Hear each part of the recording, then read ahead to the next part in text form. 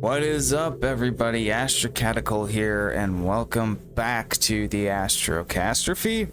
We are once again stepping into the world of Fatal Frame with Mask of Thy Lunar Eclipse. However you want to enunciate that. Going to never mind that for the moment and step right back into this deranged hospital. Rajestu Island.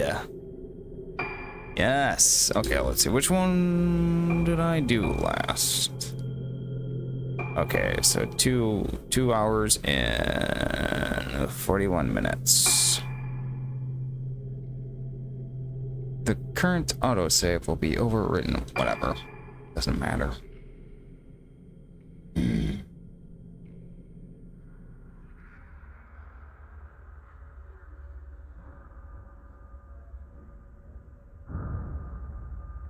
Alright.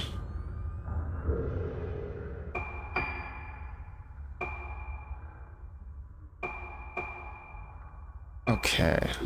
Yeah. It's starting to come back to me.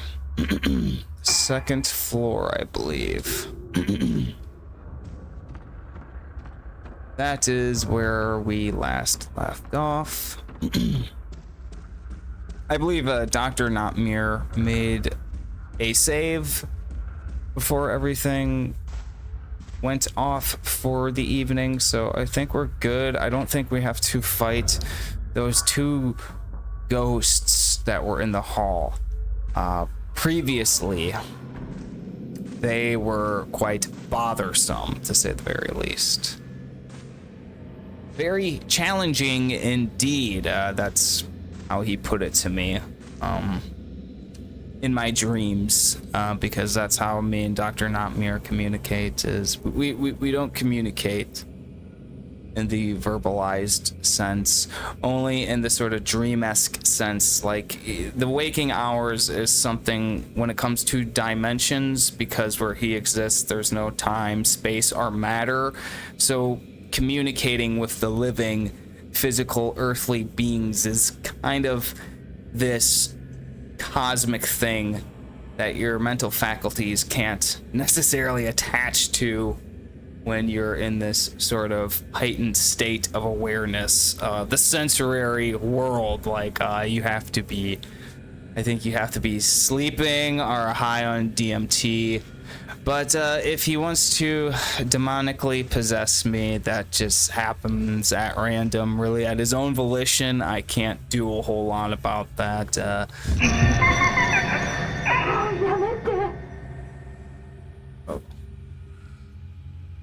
Glad he wasn't here for that. He would pee his pants like a little girl. And I heard what he was saying about me, thinking that I'm like stupid or something for thinking that Square Software, not thinking, but more or less having what was a fever dream about Square Enix picking up Silent Hill and remaking it. You know what? There's been many things I've seen in the video game industry, so it wouldn't shock me at all if something like that were to happen. Dr. Notmere can suck a fat one, because what the fuck?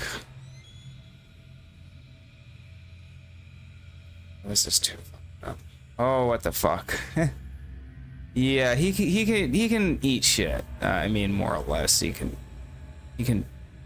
die. Okay, he can go to hell and die. I mean, even though he's like already there or some shit. I don't know. I really don't want to get too personal with a demonic force. Okay, you know, like when it's in your body possessing you and things like that. I mean, like you've had your fill already. Like, okay. Keep the private shit to yourself. I don't need to hear any more. Oh God.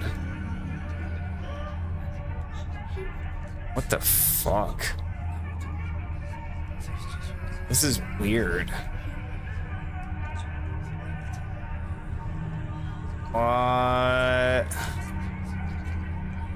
Yeah, I'm totally glad he's not here. He'd be crying.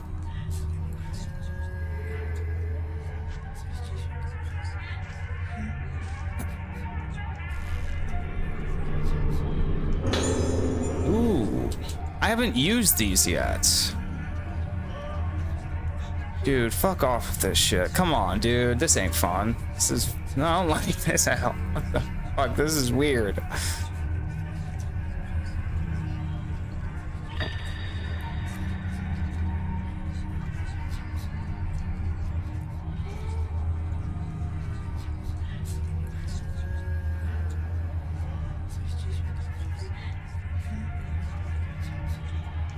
Dude, don't do that. Don't go towards it.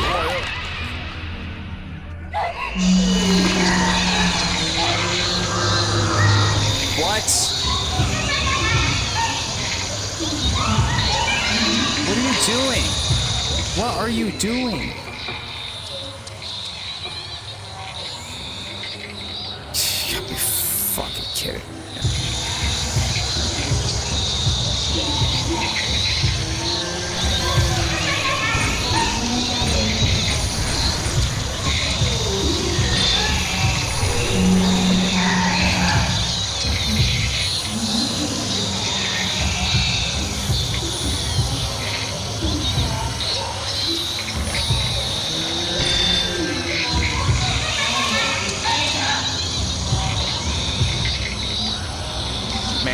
That's not fair, dude. That is totally not fair. I had like half a health bar and like you can't avoid that. Give me a break.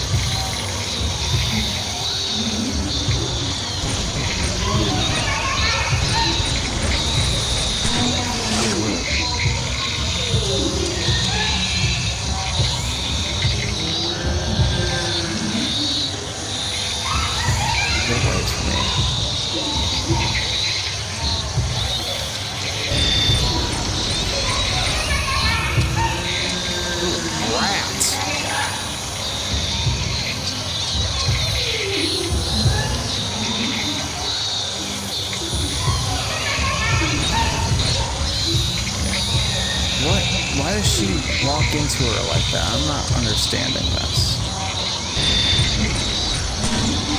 Bullshit, come on.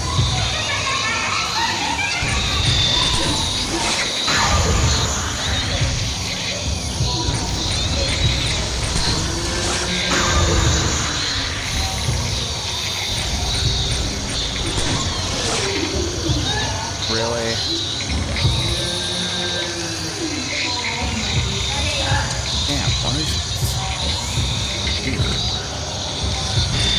Kill the little ghost girl, please.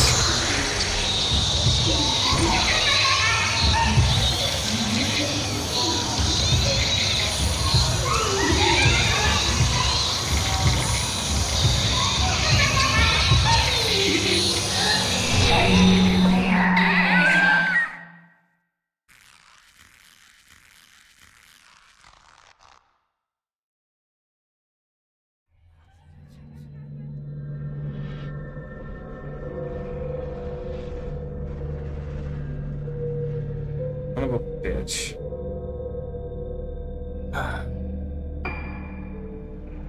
I guess we're gonna try this one again.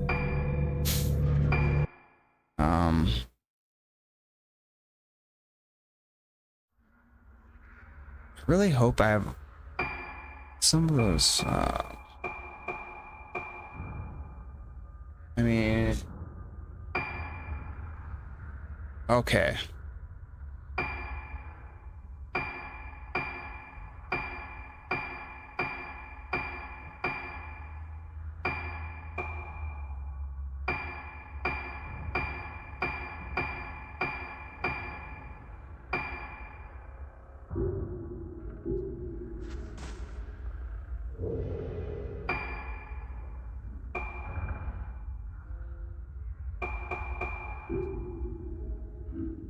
I'm just gonna save so I don't have to do that all over again.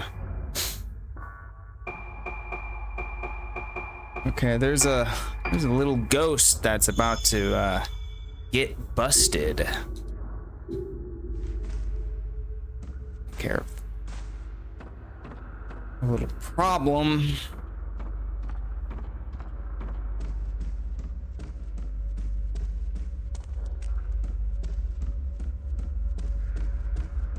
Well, I mean, I'm glad I at least had enough points to get the healing items. Otherwise, I would probably have to restart my game, and I really don't want to do that. No. Okay, so what room was it? Was it this oddball room right here? No. Was there anything in here that is useful?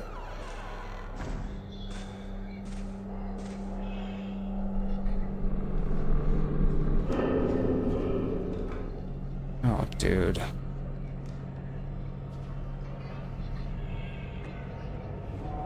Oh, dude, no way. Come on. No, no. Oh.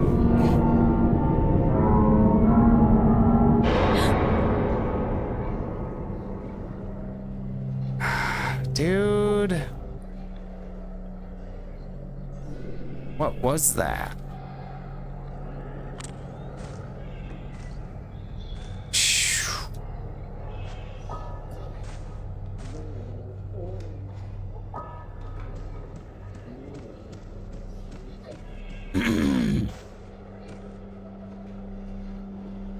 Yeah, I really do like where this one is going.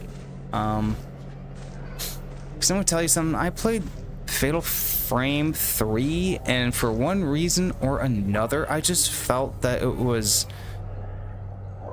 everything 1 and 2 had to offer, but like nothing fresh. Yeah, it just felt like if you took 1 and 2 and combined them together and put it in like a, you know, like another elaborate sort of Japanese mansion with all these corridors and big open rooms that look the same. I think that's really what turned me off from it. Was it just seemed like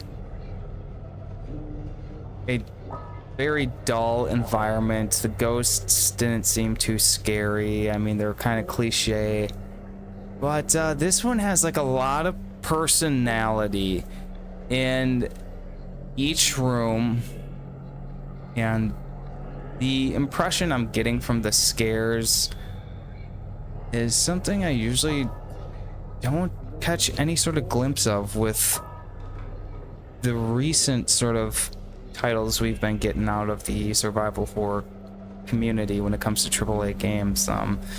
No, this is the first game in a long time that's legitimately putting me on that psychological edge. Whereas I've played within, I don't know, like the last 5 years, maybe longer, 6 or 7. I've played a lot of games that had the potential to give you jump scares, but this is sort of unnerving in the psychological sense. Affects your psyche. Like that room where I fought the little girl just now. Like seriously, that screwed with me. Just going in there and you're hearing these weird, like this weird cacophony of like murmuring whispers or, you know, chiddish laughter. I don't. Yeah, like that door just closed, or you know, like it's a lot of weird, random stuff that plays on the environment, and I guess that's really what I'm saying. To make a long diatribe a short diatribe is that I think a lot of these games don't have, especially in their environments, they don't have a whole lot of personality. And I think that's like, too.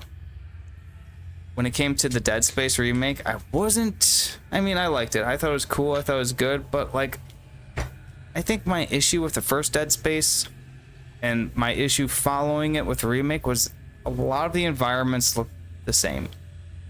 But when I played Callisto Protocol, one of the things I admired about that game was like every corridor, everywhere you went, every room, every elevator shaft, every ventilation shaft, everywhere you went, each area had its own unique sort of personality. And I definitely didn't get that with Fatal Frame 3, where everything looked the same. And it's hard to be intimidated by a game that's like that. I mean, unless the game's literally The Cube, like the movie The Cube, where if every room looks the same, then you're clearly in trouble. Then I get it. That's scary. But when it's like this big sort of elaborate sort of hedge maze, or, you know, the maze where the mouse is, you know, searching for the cheese, then it's just not scary to me. It's just, or I don't know. I've been seeing a lot of memes on Twitter lately. People have been saying this left and right, that there's this meme where like people are lined up, and I'm sure some people have seen it. They're lined up like they just won a race, and you got first prize, second prize, and third prize. And so like first prize, above the meme it says something like gameplay, and the second prize it says something like storyline, and then for the first prize it says graphics, and the guy's just like blowing champagne into his face, you know, celebrating. And yeah, that's that's definitely something I think a lot of gamers resonate with, and it's something I've been resonating with within like at least the last 2 years.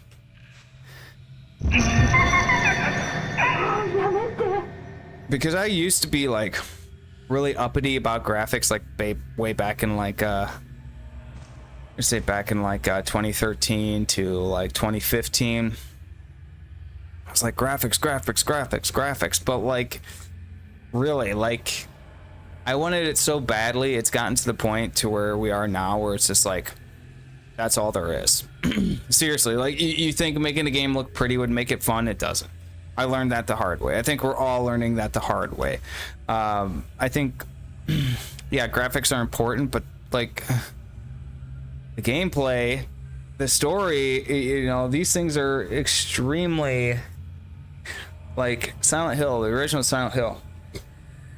Look at its graphics, dude. I don't care what you say. Even if you play that game way back in the, if you're part of that era, if you played it way back then, even then the graphics were bad, but everyone loved it. You know, same with like Final Fantasy 7. The dudes had like cups for hands. Everyone loved it. And it was because of the storyline, the gameplay. But that's, you know, exactly the problem with a lot of these titles today, is they focus so much on the technical capabilities of the hardware, what AI can do now as opposed to what AI could do before. They've got such a hard-on for things like that that they forget the most important thing, storylines. And then they forget the other most important thing, the fun factor, gameplay. And it's just like, graphics have really, really sold themselves to the masses. Because all you gotta do to sell a game on graphics is drop a trailer, and the game has already made you money. Now everyone and their brother is out there pre-ordering the game because of its graphics. And that's why they're so big on them. I swear to God, why else would developers be so big on graphics? Because they know graphics sell. They sell the game better than the mechanics do. The mechanics are only a selling point if reviews say they are a selling point, because you can't prove that a game has good gameplay by showing you videos and pictures of it. You have to play it yourself and hear secondhand experiences. You know, basically what I mean by secondhand experience is hearing it from someone else. Hearing it from someone who actually played it. Whereas if you haven't played it and if you watched a video, then all you can really count on at that point is what the video is showing you, is what the pictures are showing you. You know, back in the day, before there was the internet, we had gaming magazines, and that's how they used to sell them back then. It's not the same story anymore. Honestly, developers should just consistently drop demos to be honest with people. Yeah, you know, to at least be honest. And I've noticed that a lot of indie developers do that. I'm sorry to drag on like this, but something I have noticed that developers are doing, like the Alone in the Dark demo, was just a walking simulator that wasn't even included in the game. Like the part you play in the Alone in the Dark demo as Grace is not in the game. There's no action, there's no monsters, there's no gunfights. You're just like walking from point A to point B. And that's deceiving for gamers, but whatever. I dropped money on that game, wasn't too taken aback by it. I got all the way to the final boss, and I still haven't beat it. You know, I made it to the final boss. I'm like, you know, I don't think this game I just don't have enough enthusiasm to complete it at this point. You know, I got all the way to the end, to the final event, and I'm just like, you know, a tree monster, sorry. If I spoiled it for you, don't gripe over it. It's an okay game. I'll say that much. It's an okay game.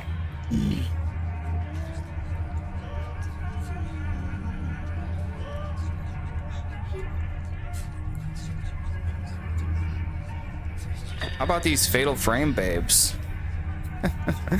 How about these Fatal Frame babes? Every Fatal Frame game, they got Fatal Frame babes. But that's the really sour part, because if they do make a new Fatal Frame, man, I'm gonna tell you, man, if we keep going on the current trajectory we are with developers, there's gonna be no more Fatal Frame babes. They're all going to end up like every character in Mortal Kombat. Like, basically, I mean, do what you will. I'm not too salty about it, but I mean, it's just a hallmark of Fatal Frame. The Fatal Frame babes are gonna get gone.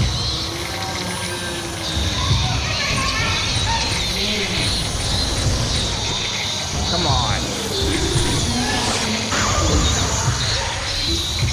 There we go. Now we got the powerful film. You don't like that, do ya?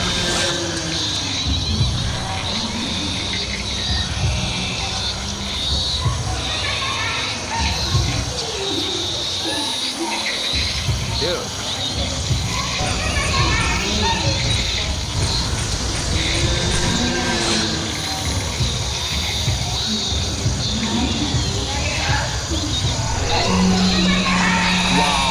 Wow, what?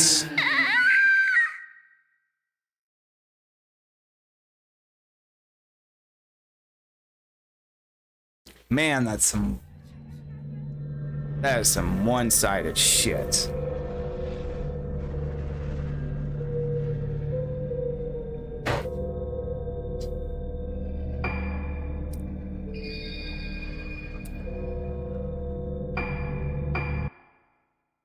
She's a one-hit wonder. Seriously, one hit. And first thing she does is,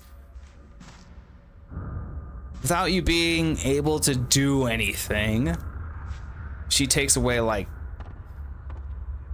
45% of your health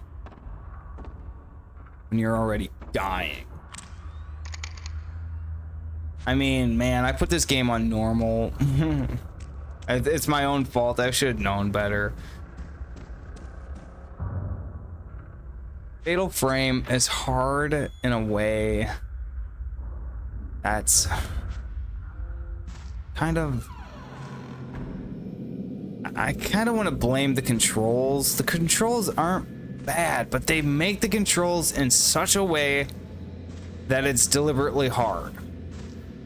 That's I mean, that's just the nature of this series. And like I said in my last video, they could resurrect this series because I just realized today this game was made back in like 2011. All they did was remaster it. I think Maiden of Blackwater came out in 2013, so they really haven't like made any more entries in the series in a like sort of consistent order of like, you know, we'd be on Fatal Frame 6, I think, if we'd make a new one. But like I said, if they made a new Fatal Frame game and just started adding like the sort of innovative tech that they're continuously trying to put into games today, like they could really, I think, in my honest opinion, they could make a really fun, super spooky, exciting game.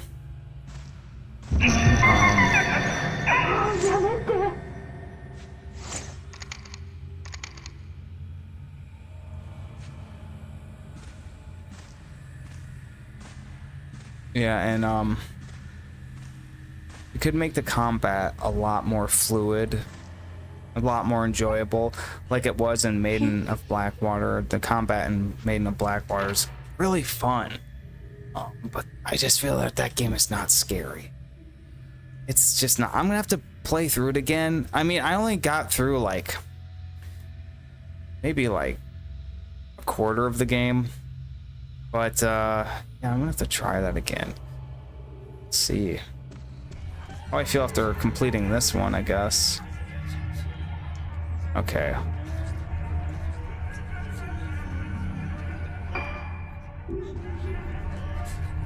This little spook.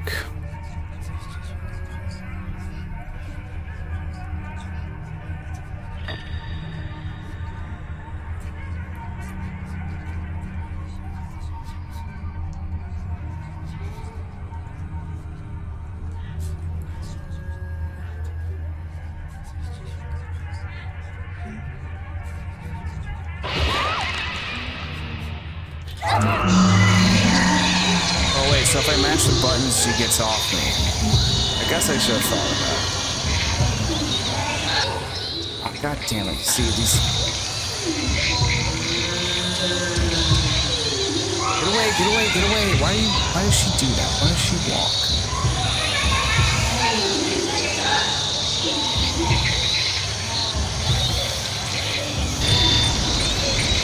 Come on.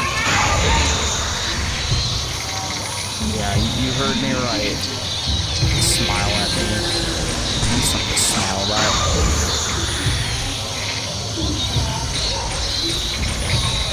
Oh, that's all fun and games, huh?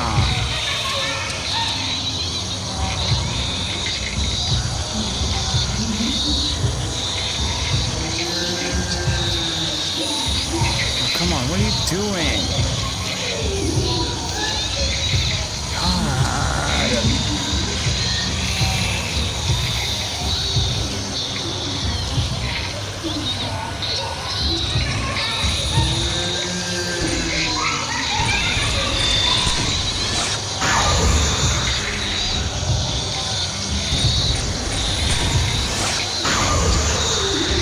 She doesn't get that state where I piss her off and she gets all like uppity.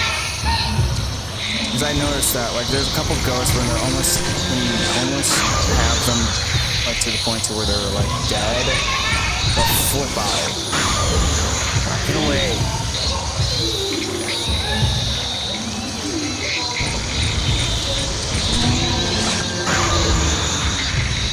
She's a tough one, huh?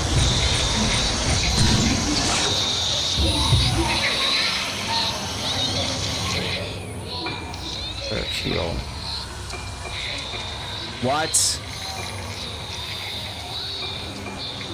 Where's my healing apparatus?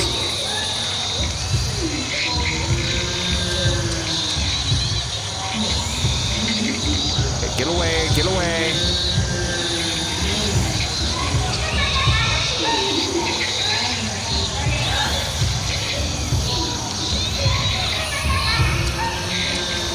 I hate this little kid.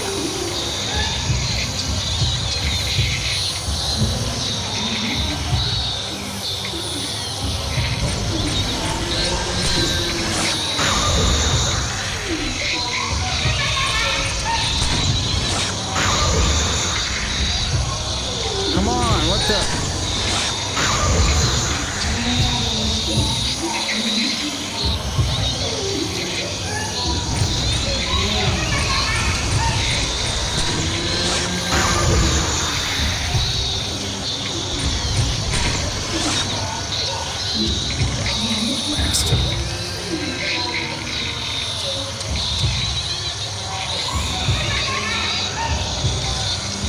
It's not funny. Stop laughing.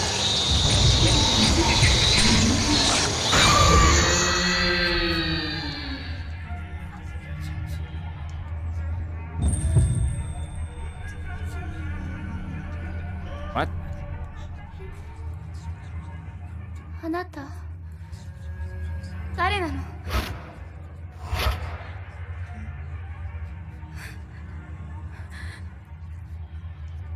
忘れたの？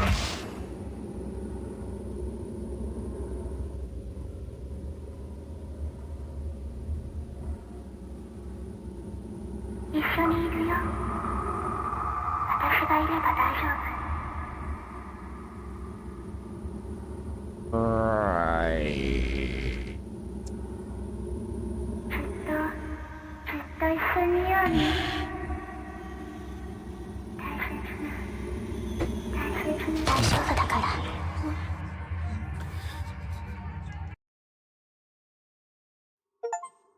Can't imagine what it'd be like dating a fatal frame girl. It's probably spooky.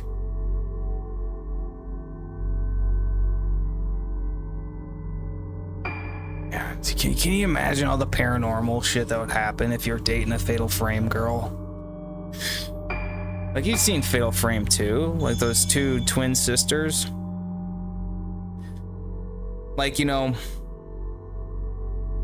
if you were dating one of them, it's not like you'd have to like worry about her cheating on you. It's more like you'd have to worry about like going into like a village with her. You know, and attracting, you know, like you're typically worried like, oh, she's got this crazy fucking ex. This chick's got like these crazy fucking demonic spirits after her. And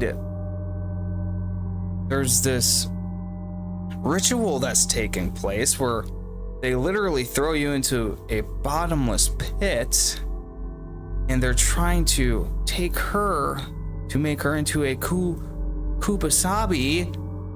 And if you're not there to protect her, then all of these spirits are going to be unleashed, and the world is going to be ushered into darkness. I mean, that's a handful for one person. Whether you're a guy or a girl, it's a handful. I guess what I'm saying is like, dude, Fatal Frame babes are pretty hot, but like, damn. And in Fatal Frame 3, she falls asleep and then she wakes up in this mansion.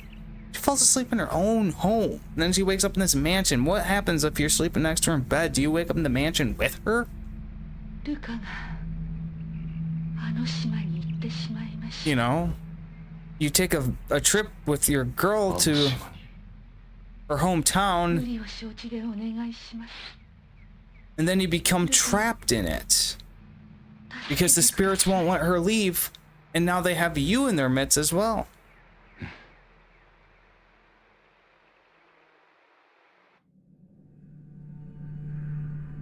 Oh, I'm playing as a dude? Dude. These are pointless in Fatal Frame. You know why? Because you can't use them to like swing like a sword or like a baseball bat around. You know?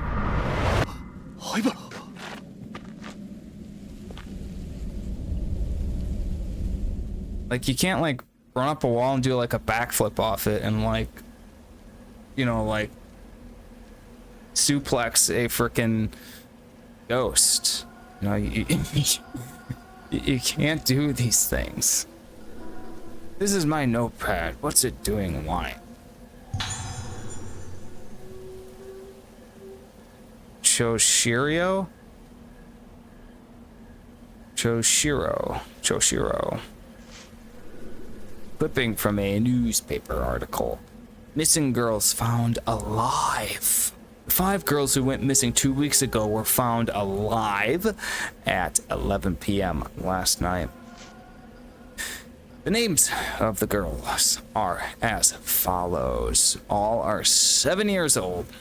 Aso Misaki. Whoa, whoa, whoa. I thought Aso was like some professor. Okay. You know that Aso's museum? Aso. Hey, Aso! Oh my god. Namurua Tomi, Shinomiya Maria, Tsukimori Madoka, Yomotosuke Ruka. Okay, so I know that I played as Madoka, and I think I played as Misaki. Oh, maybe. Yeah, Aso's the last name, so Aso is probably her dad or something. Those first 2 girls I played as were Misaki and Madoka.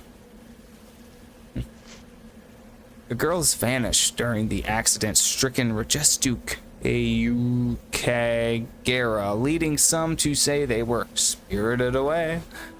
They were found in a cavern beneath Heibara Infirmary by Senior Officer Choshiro Kirishima of Imanurua Police Department Criminal Affairs Division. I'm getting really tongue-tied here. Usually pretty good about reading. Who confirmed their identities? The police are focusing their investigative inquiries on the staff of the Heibara family. Heibara Infirmary. Okay, I'm done. Okay. Notebook shows information on the characters and events in this story. This is filled as you progress through the game. This is the tape recorder I use in my investigations. There's a tape about the incident inside. The Lost Day, Choshiro Kirishima.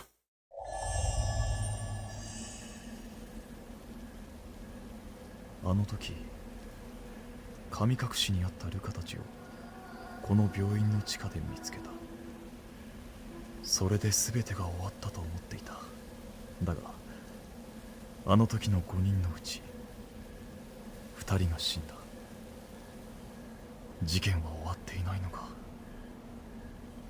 Yeah, you know, like playing as dudes in this game, it's like you can't pull any like Max Payne shit and like jump over a counter with like 2 cameras in your hand and be like, I mean, it'd be fucking cool. Or like, I don't know. You get a camera that's like automatic and it fires like a machine gun. You're just like, I mean, you know. I mean, seriously, that's how like a guy would tackle it in real life, but like they're pointless in this game. You know, like it doesn't matter. You can't hurt a ghost with your fists. You can't shoot them. You can't set them on fire. You can't cut their heads off. You can't squish them with a bulldozer. There's nothing you can do except take their pictures. So I mean, dudes are useless in this game. I'm trying to think, like, in Fatal Frame, do the dudes have a worse fate than the girls? I think in the very first Fatal Frame game, I never completed it, but I got to the very end part. The very final part, like the last 5 minutes of the game, and I had to return it to, like, fucking Blockbuster or something. Anyways, I got to that part, and I think at the end of the game, her brother actually goes through the gate that leads to the other world, fucking hell, oblivion, whatever. Like, there's no saving him. He like goes in on his own accord because like he's like in love with like the evil spirit lady or something like that. And I know in Fatal Frame 2, the official ending, God, it's the one where they throw her into the pit. Yeah, man, like that's Fatal Frame 2 has the most gut-wrenching fucking ending. Seriously.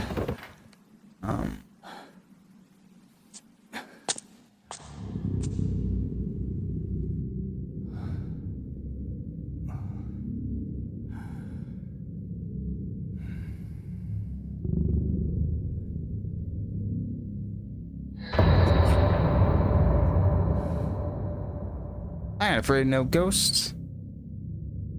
霧島さん、これを。あの島の人たちはもう咲いてしまっているかもしれない。これを使うことがないといいのです。 Ghosts blossom.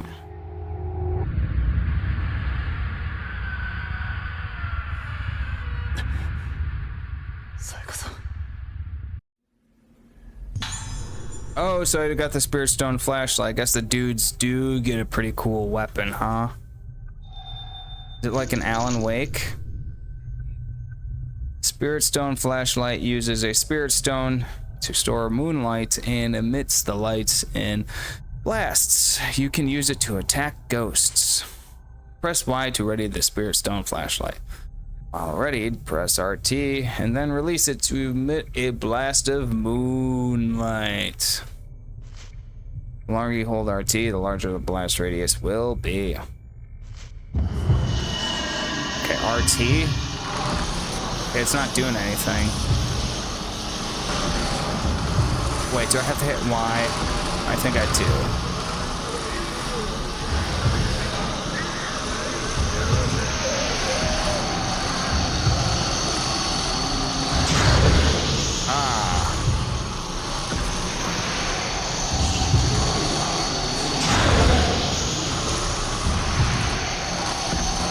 It's like a shotgun.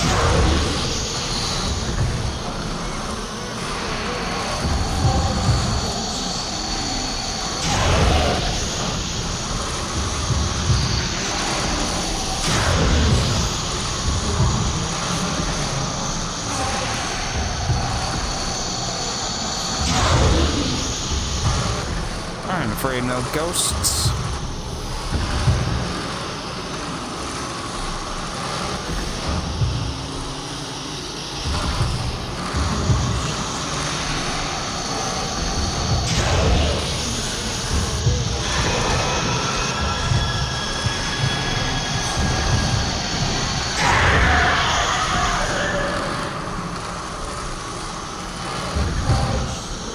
Oh shit.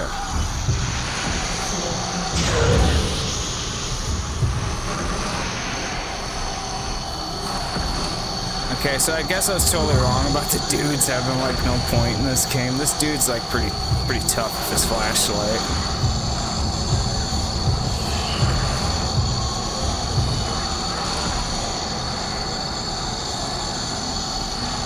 Yeah, this flashlight's like shooting fish in a barrel.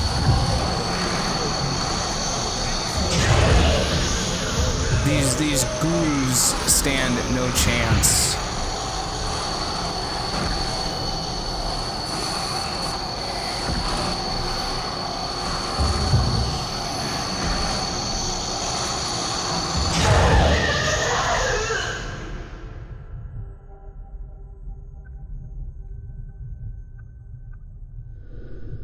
Sayaka said they might have already blossomed. Okay, that's one way of putting it.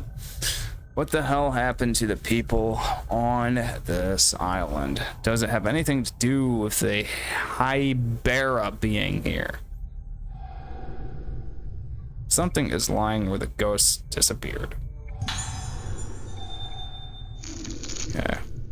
Hybera, I wonder what that is.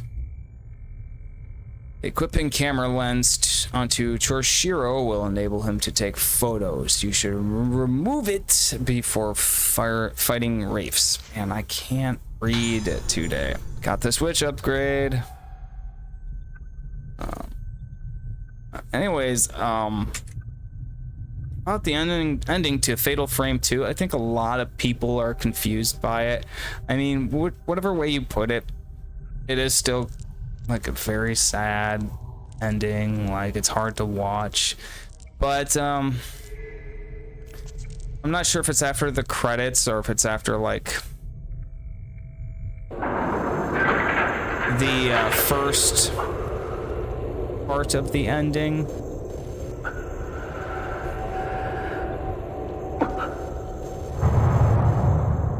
But ooh, hidden cavern. ルカたちを見つけた場所。もし灰原がまだこの島に潜んでいるとしたら。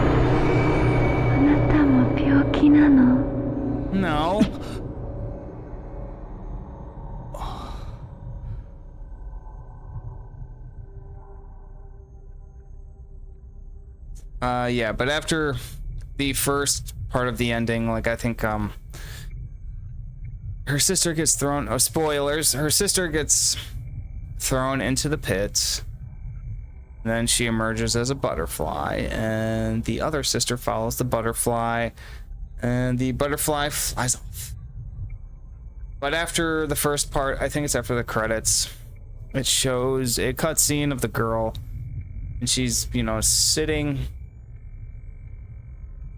at a bench, staring to where all God's village used to be, and now it's like a dam or like a waterfront. They just, I guess they went in there and they bulldozed the motherfucker, and they filled the hole too, you know, the hole that they throw all the bodies in. I guess they filled that with water or something, I don't know. Maybe it's cheapers, I can't but anyways, it shows a close-up of her, and the butterfly is embedded into her neck, like a sort of like, it's like it was burned into her neck, like it was etched into her skin more, but the butterfly probably touched her and merged into her skin. What that is like supposed to represent is, you know, they're twins in the game. So them being twins, like from my understanding, from point A to point B, them being twins is the separation of one spirit. So in the game, it was like, in the sort of mythological sense, like they were supposed to be just one person, but their soul was split, and so they became twins. And so the butterfly at the end is represented on her neck. When it's on her neck, it's representing that they merged and they became whole. They became the whole soul and body they were meant to be. So it's like a sort of Zen, sort of Buddhist approach to oneness. And I think a lot of people don't understand, not even myself, I don't understand oneness. But I think it's something that someday we might understand. You know, I think it's something that we should take into consideration as wholeness and not godliness, not cleanliness, just wholeness of some sort of esoteric,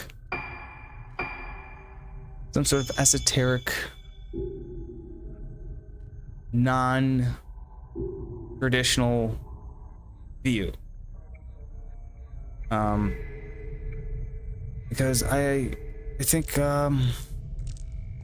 the traditional views we have on life and like existentialism and things like that really make us depressed, miserable fucking people.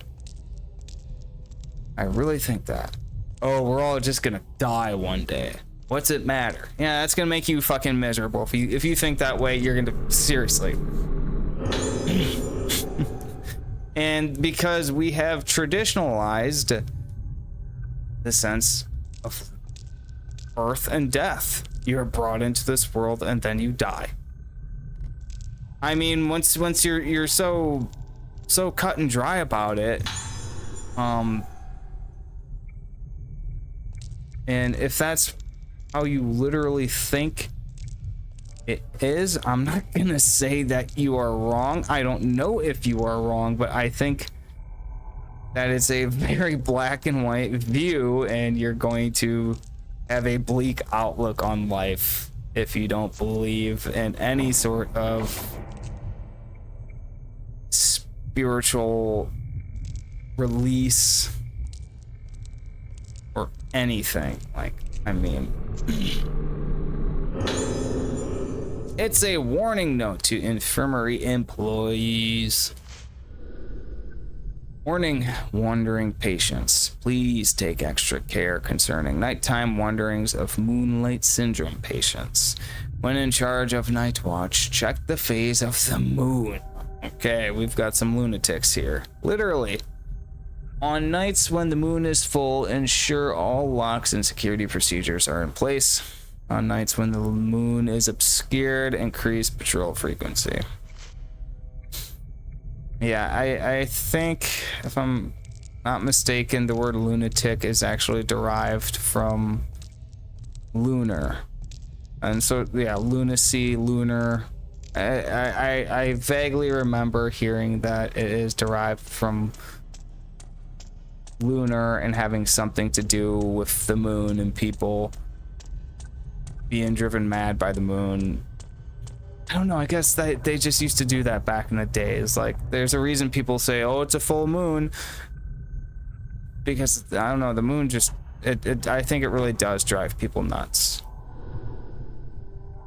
It's locked.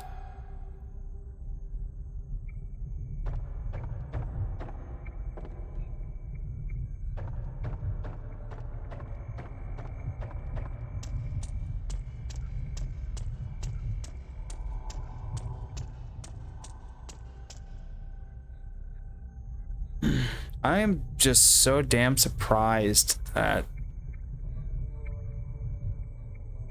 a Fatal Frame game for the Wii is actually good.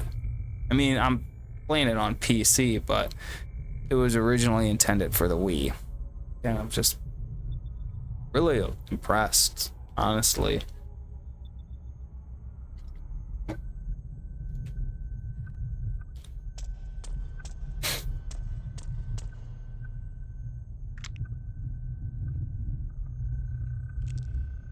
And I think part of that being impressed is also because Maiden of Blackwater,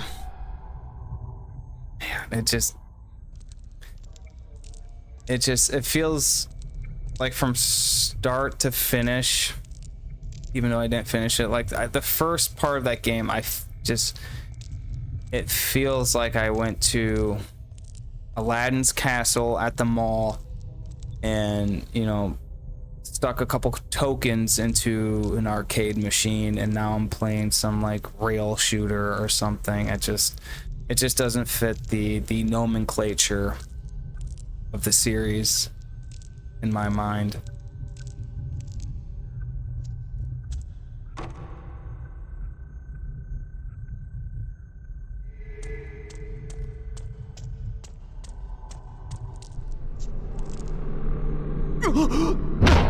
Oh, you mother.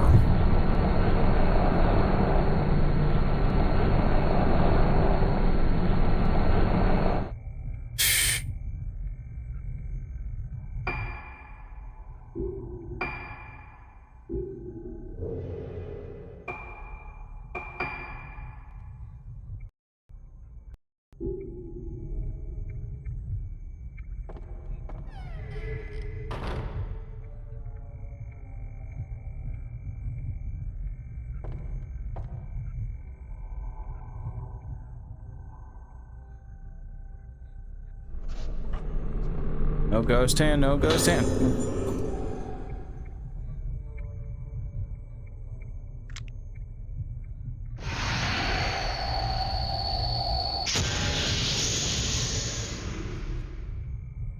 Yeah. I like how he holds it too.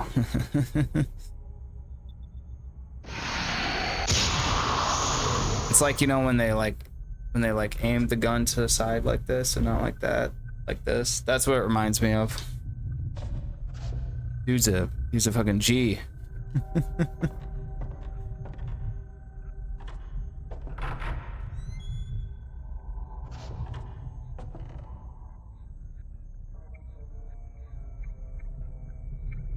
Something behind that curtain.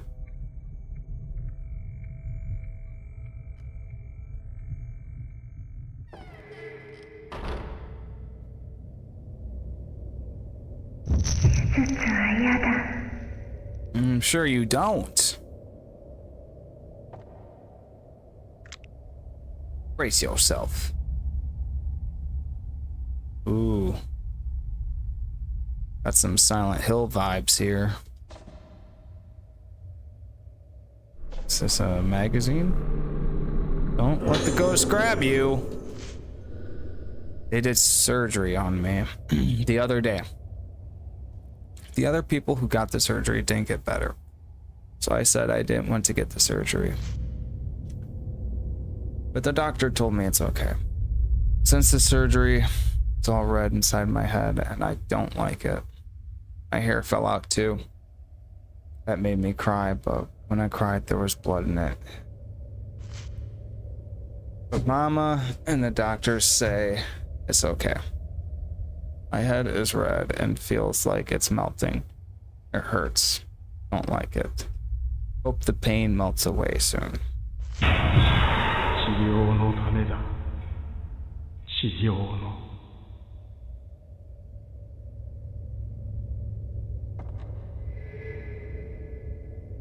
Damn. Well, I can't take pictures of the ghost with the flashlight, so Spirit Stone flashlight. Oh, really? While equipped, I didn't read, did I?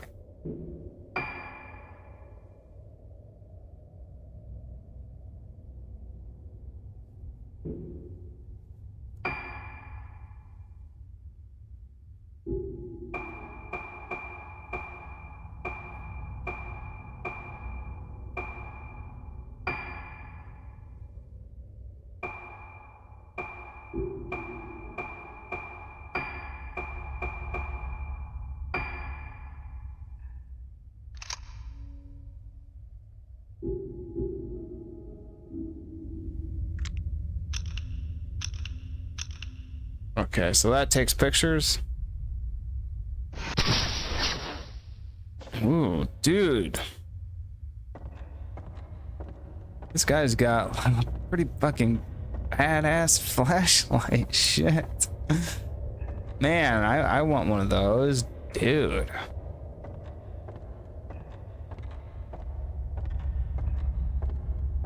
Guy's pretty fucking badass after all. I was totally wrong about him.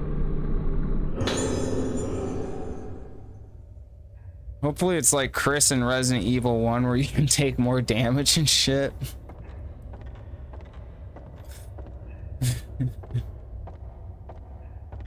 It's like, Jill's a girl, she can't get bit 2 times by a zombie. She's a girl. I remember that, seriously. Like, if you put on normal difficulty back in like the PlayStation 1 days, like 2 bites would kill her. It was ridiculous. Chris would sit there and she'd just be like, ah! Ah!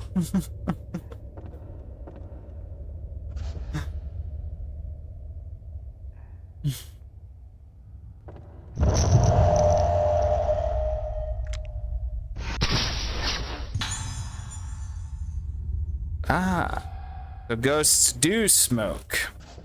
You ever see the movie Ghost when he meets the ghost in the alleyway and he breaks open a machine of cigarettes and he's just like, just one drag? That movie lied. Ghosts absolutely smoke. Absolutely smoke.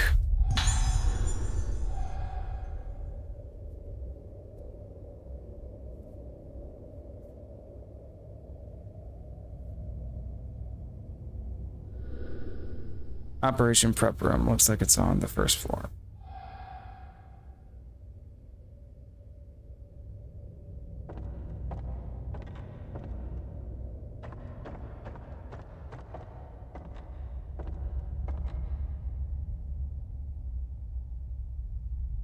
What?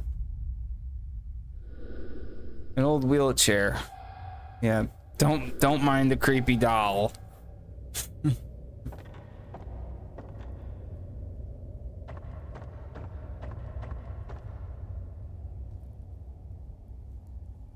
Just double check, make sure I didn't miss anything. I gotta...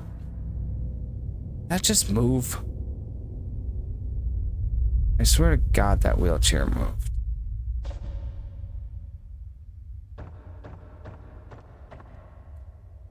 Just double checking, make sure I got everything. I have a feeling I'm gonna have to fight that doctor.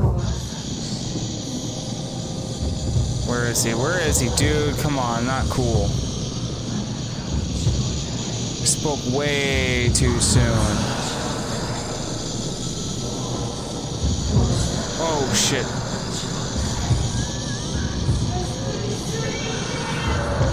Come on.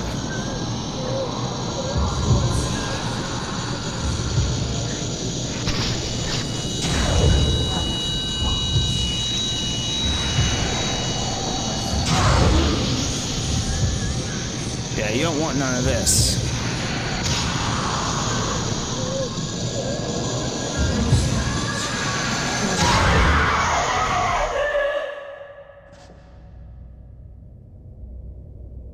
Okay, I thought it was gonna be the doctor, but oh. It was his lackey, using your own patience to take me out, huh? Some doctor you are.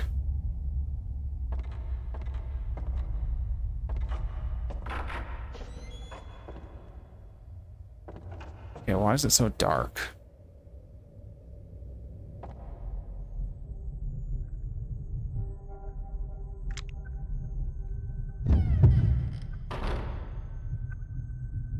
Okay, something is behind me.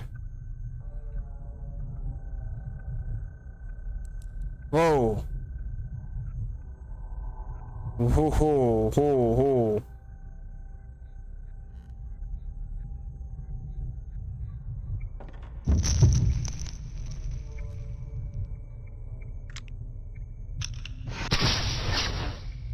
Come on.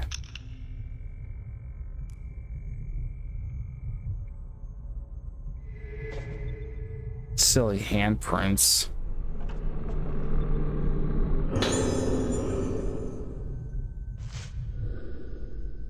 In recognition of my fruitful research into the workings of the cranial nervous system, I've been assigned to work as an assistant to Shigito Haibara at the Haibara, I don't know, at the Haibara Infirmary on Rogestu Isle. Dr. Haibara is the leading researcher of Moonlight Syndrome, a condition peculiar to the Rogestu Islands. The documents I've read describe Moonlight Syndrome as a composite mental disorder with curious symptoms such as sleepwalking and memory loss. Despite ongoing research, both the cause of the syndrome and the reason for its confinement to the Rogestu Islands remain unknown. Dr. Haibara is currently working to discover the truth about the condition. He is taking a unique approach to treating Moonlight Syndrome, incorporating the folklore of the islands. Treatments such as musical therapy using the traditional Rogestu Isle moon sounds are unheard of in conventional psychiatry. I think Dr. Haibara's ideas are the leading profession in exciting a new direction. His research may not only cure Moonlight Syndrome, but also help unlock the mysteries surrounding the effect that memory has on the mind. It's fascinating. I have no doubt that working with Dr. Haibara will be a chance to gain valuable experience that simply can't be found on the mainland.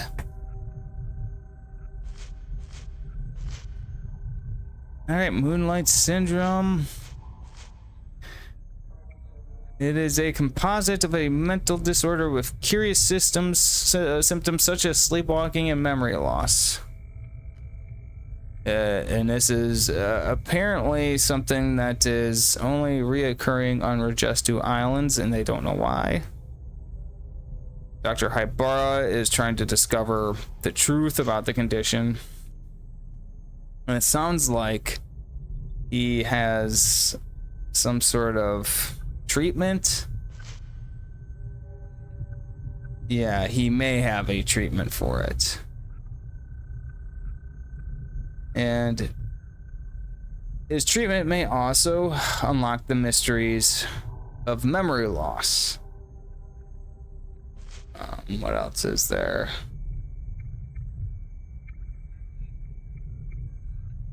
I guess, you know, he's using the folklore of the island to motivate him. So this Dr. Haibara is probably a mad scientist of some sort. Yeah, by the looks of this paper here, he probably is. This medical file. Hizaku Asaji, female, age 6. Oh god. Room old building ward 2, so she was probably an experiment for his cure.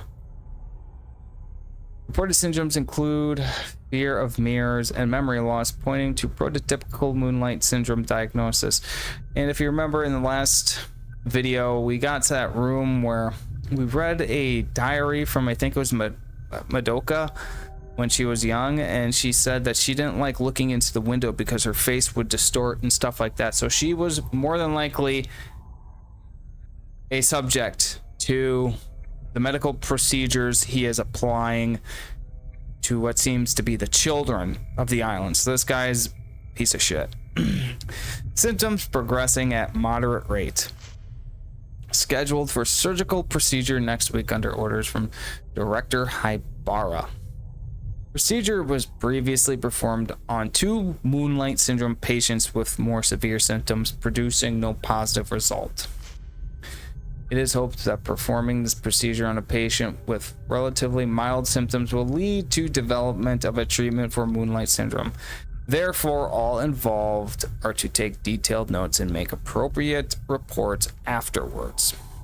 Note: the above is confidential. Do not disclose to patients or others.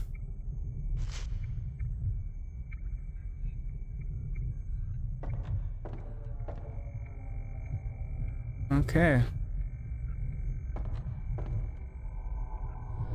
Old notebooks and files on the shelf. So he wants everyone to be hush hush about these medical procedures. I wonder why. Gee, I wonder what sicko experiments would cause a sicko doctor to want strict patient, doctor, nurse to janitor to every fucking minute worker in the building sort of confidentiality. Gotta be doing something.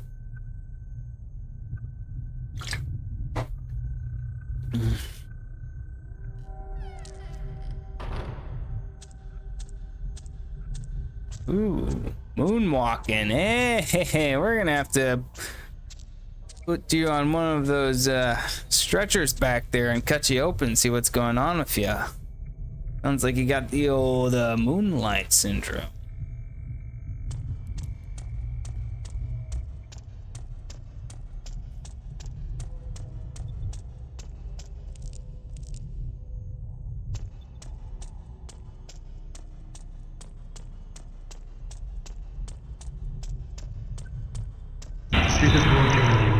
Oh god, there he is. That's the doctor.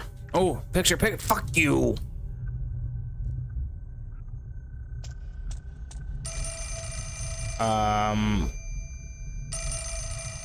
Seriously?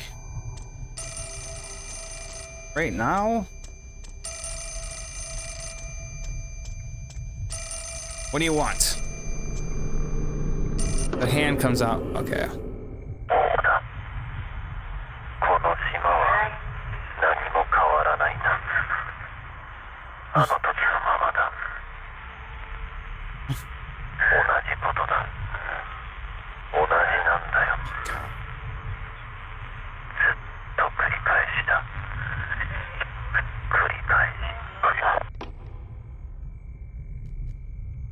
Wow, what a downer.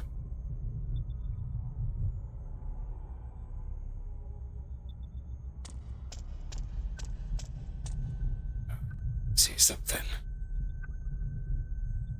Ain't got time for that. Ain't got time for your games.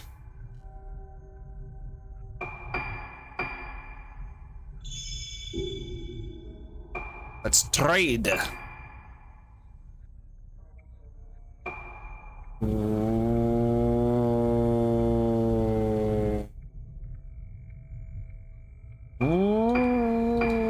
Okay, let's buy one.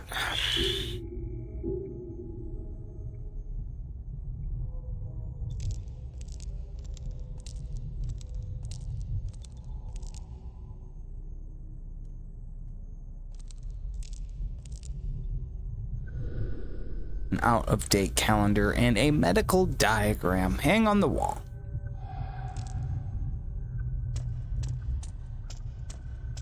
Right.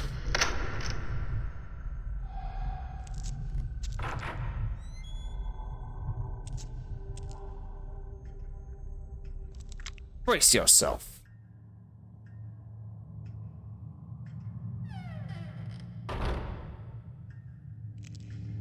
Feel like this key can open another door.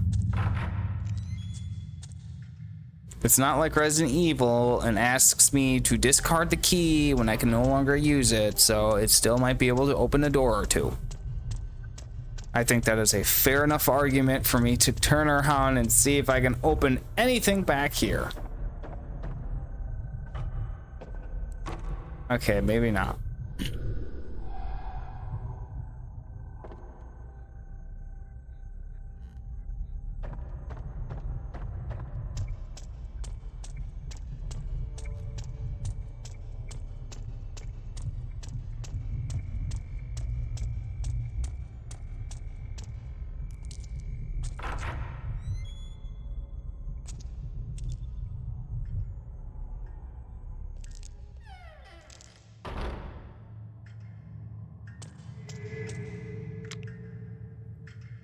Ooh.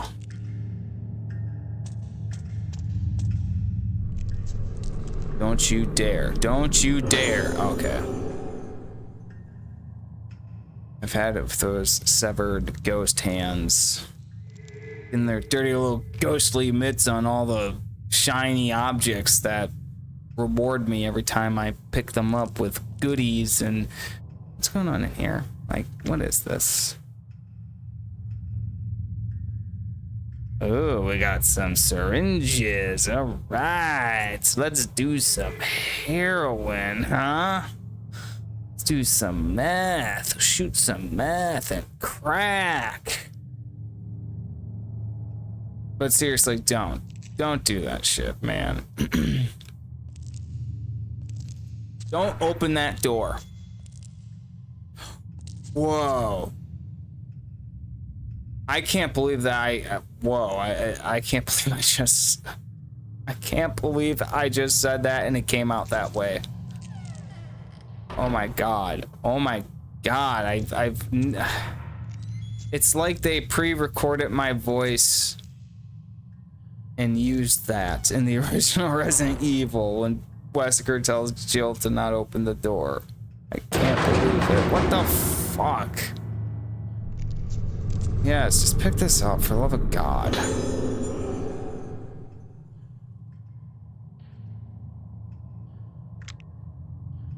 Yeah.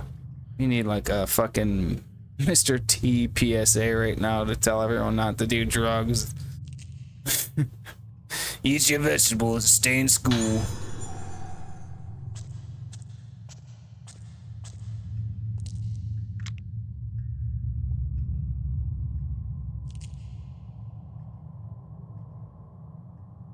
I still can't believe I said that, just like Wesker did. Stop it! Don't open that door! Alright, what's going on back here? I know it's some freaky fucking Casper the Ghost shit. Okay.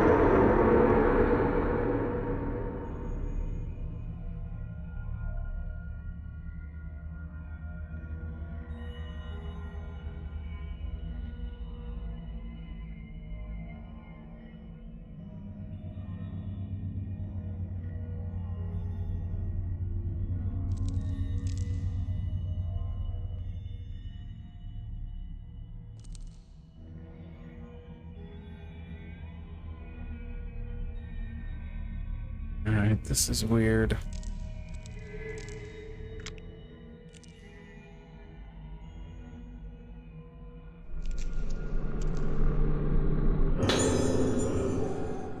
Wonder how many spirit stones I have.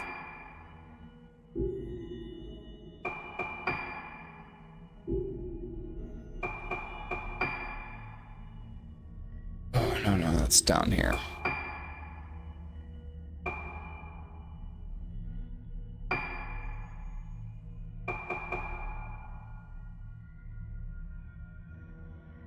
Chain?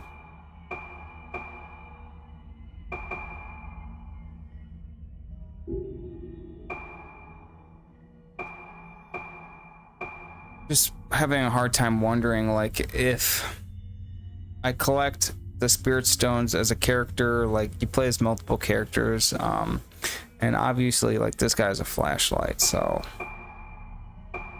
and neither of the girls had a flashlight, but like, do all the spirit stones we collect, do they add up? Because I had like collected a number with the two girls I played as, and I don't want to waste them on this dude who I might only play for like 5 minutes. But yeah, I don't want to waste them, but jeez. I mean, I think I can handle these ghosts though.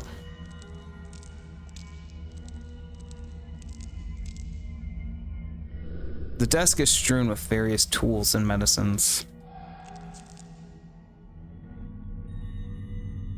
Man, it's creepy in here.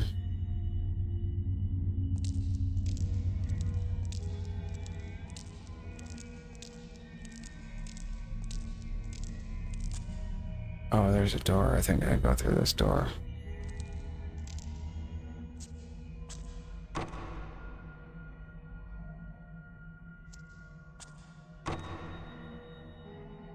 Yeah, must be jammed.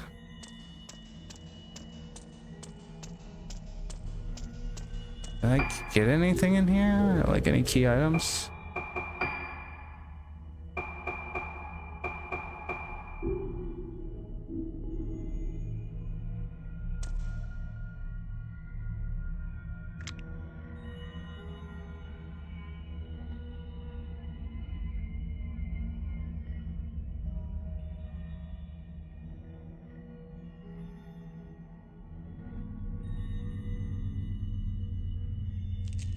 So this is the, okay, there we go.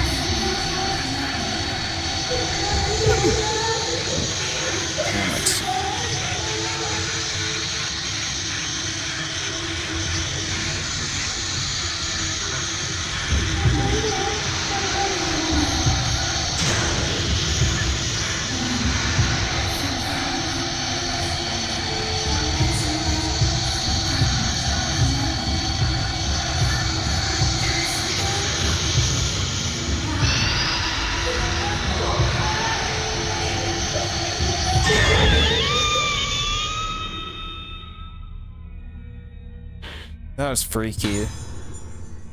Something is lying where the ghost disappeared. I told the doctor I don't like it. It hurts. Tomorrow more surgery. It's making me bad. The surgery, more surgery. Tomorrow more surgery. I don't like surgery. Hurts. It hurts. Hurts the surgery. Hurts me. Ow. Ow. Hurts.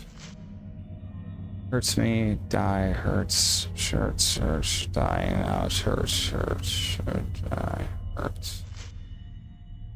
Yeah, there's some other journal entries I found in the last video. I think it was like in the dining area where there was similar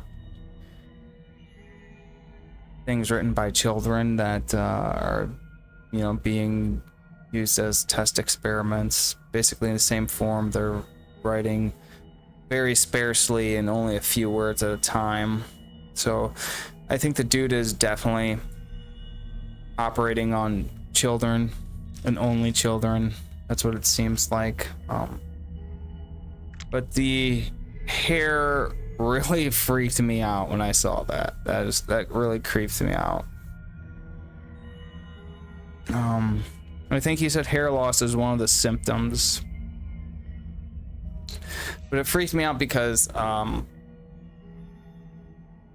you ever read the manga PTSD Radio, it's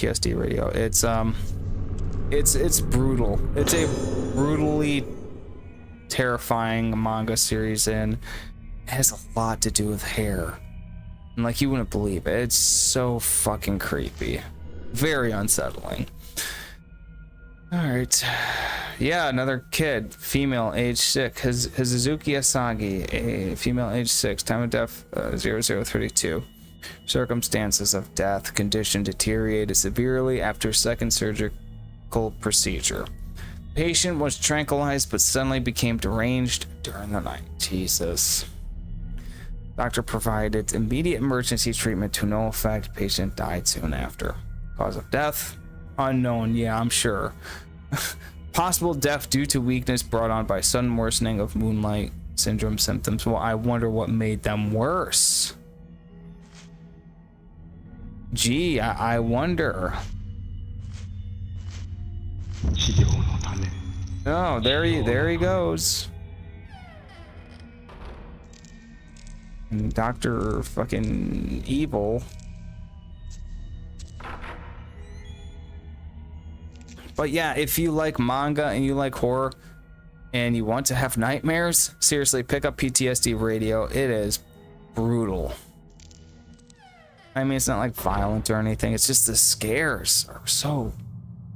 They burn in your brain. They seriously do. They burn in your fucking brain. It's like, when I stop and I think about it, it's like not even Junji Ito has scared me like that fucking series has.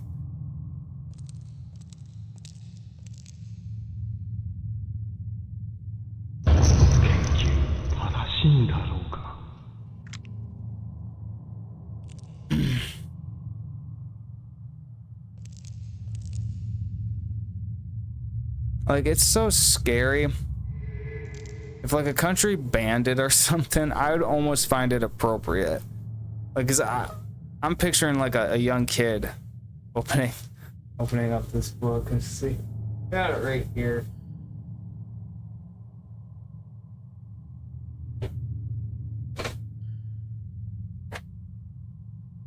I've got it right here, and I know Junji Ito has drawn some really screwed up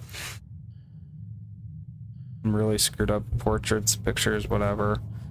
But I mean, there is stuff in this book that does not leave you. And just the way it's told, it's very non-linear. So it's hard to understand, and I really want to get my hands on the second book in this series because I loved the first one. I did. I'm not gonna lie, I loved it. But manga, you know, like I can wait on it. I can always finish it some other time. The series is incomplete as well because when the dude was writing it, it gave him problems, like paranormal problems. Like this book, I don't think you're cursed for reading it, but you're definitely cursed for writing it. It's just some of these just fucking messed up pictures. There's some of these messed up pictures. Like it really freaks me out. There's so much in this. I highly recommend it. Highly. Just weird, grotesque shit. And it's really the imagery and the way the story is being told, and it just lines up perfectly to give you a nerve-wracking, unsettling feeling. You know, a lot of it's just like ambiguous. You don't know what the hell you're looking at, but it's just giving you like a bad impression. Oh, here's one. Oh, this one's nasty. This one's pretty nasty. Yeah, there's some nasty pictures in this book. The only thing I dislike about it is, again, it's very non-linear. And almost to the point to, like I said, it's hard to, like, it basically, it's like an anthology of short stories. And all of the stories tie together. They all tie together with the same antagonist, which is, you know, some sort of ghostly thing, apparition, demon, whatever. I think some of those pictures I was showing you are probably on the lighter side, to be perfectly honest, but I highly recommend it. And when I get time, I'm going to finish this series. I don't think the writer will ever go back to it. Like, his mouth was like, his gums and stuff were just like bleeding for no reason profusely. And as soon as he stopped writing the manga, all of his medical symptoms stopped along with it. And he was suffering from like a couple things, I think, and brain surgery must have been performed in, oh, yuck. Brain surgery must have been performed in this place. Yeah, the story goes, he rented out a studio one day out of the blue. And it was a cheap one. It was like unusually cheap. And it's a studio for, you know, comics. So he rented it out, hired workers, and I guess he found a shrine.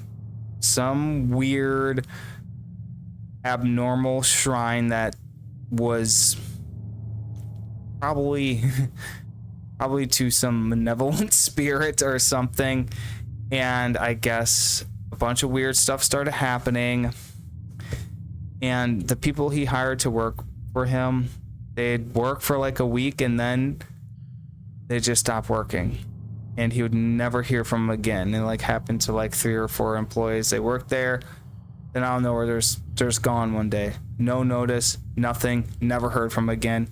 They just packed up their shit and left. And its story was going, it's like he was hearing strange sounds from the ceiling, footsteps. And really, you'd have to look into it to get a bigger scoop on it. But I think it was, the story was like, whenever they started working on the comic, his employees, you know, they'd work on it for a while and then something would happen to them.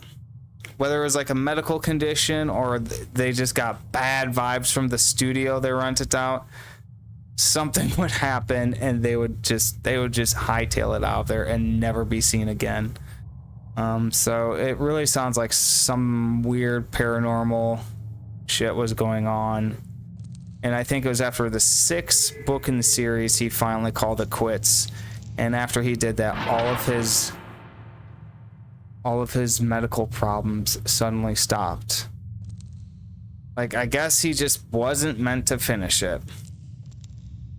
You know, the spirits, the gods, whatever, they just wanted him to write those 6 books, and that was it. Maybe he was revealing too much with his work.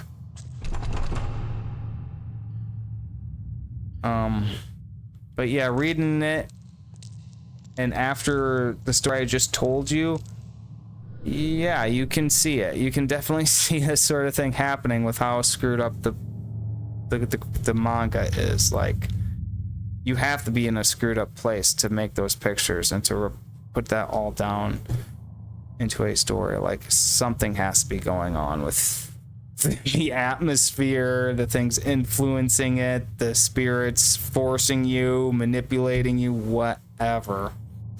Medicine bottles and containers are scattered inside a broken cabinet. Right.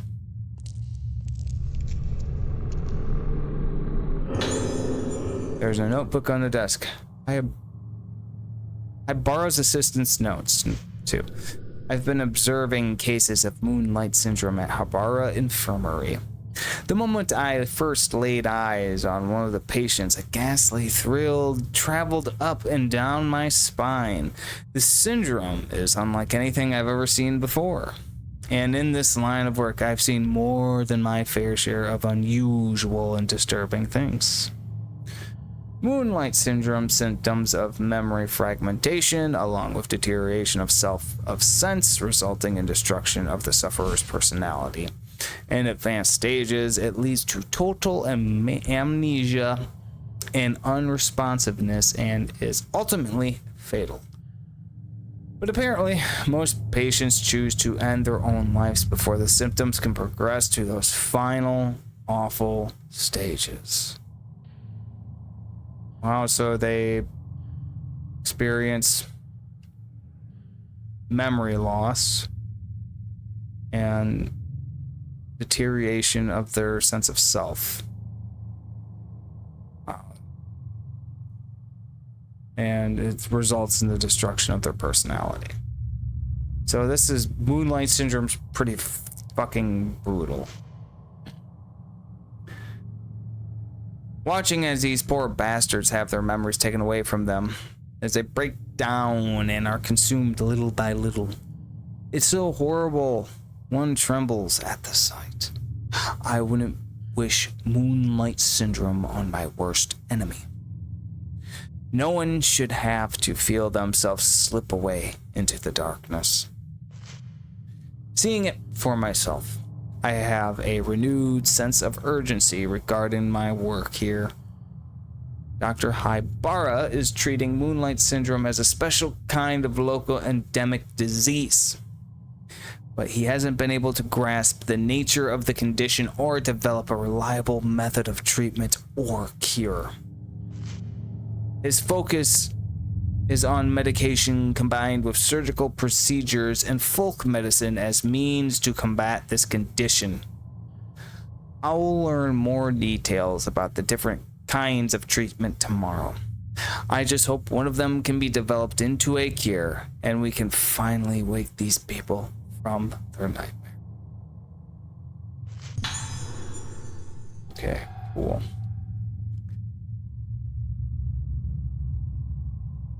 And it sounds like it's like Alzheimer's mixed with schizophrenia.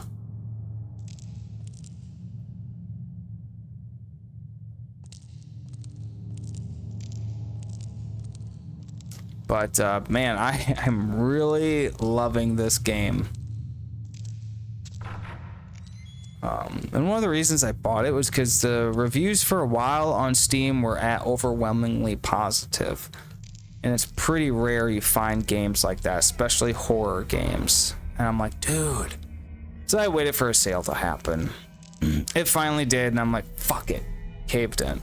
Had to do it, and you know, I'm very satisfied.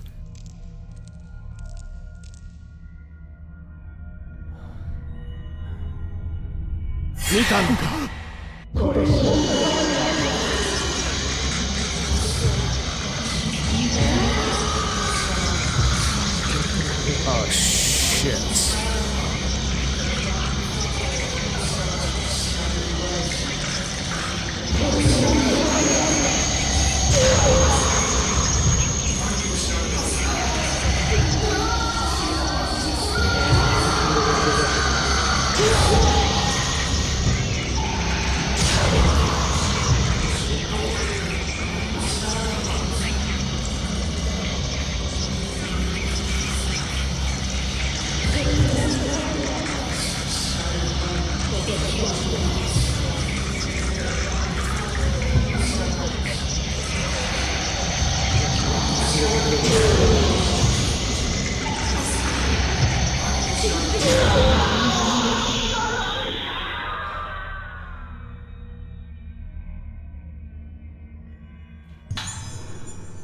Something is lying where the doctor disappeared. Or the ghost, I mean. Informers report. I am associated with Haibara Infirmary. I want to make the truth known about the recent disappearance of those girls. As I was walking in the infirmary grounds, I heard the sounds of children's voices coming from the well. Jesus. At first I thought I was hearing things, but the voices became more and more distinct. They weren't just crying as normal children do when they fall or lose sight of their parents in a crowded place. It was altogether more hollow, terrible sound. It's them, the girls who vanished, I'm sure of it. I can't keep quiet about this anymore. If you don't act now, it'll be too late. Those girls are being consumed even as I write this. I beg you, conduct a search of Haibara Infirmary as soon as possible. So what we know so far is the characters, the female characters in this game, the ones you play as, like 5 or maybe 10, I think it was 5 years ago, they all disappeared with no memory of like what happened. That's what we know so far. And then they returned to the island, to the hospital, for whatever reason. Something is drawing them there. Maybe they made a truce or something, but they're returning, and none of them seem to have any memory. But the direction it's heading, it seems like they all had Moonlight Syndrome. Or Moonlight Syndrome is a farce, and this dude, this doctor, is just experimenting on people. In particular, these little girls, and it sounds like he's thrown the failed ones into a well. So, whew. This one has got a gritty... Oh, is this like...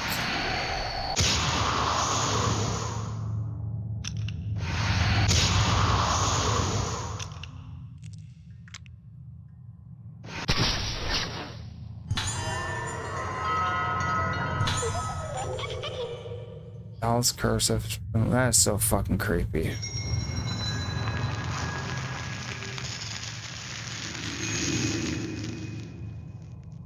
So we're supposed to... These dolls in red kimono are called Hazuki dolls and are a tradition of Rajestu Islands. Their origin is not known for certain, but they are said by some to have originated as dolls made by parents in memory of their deceased children.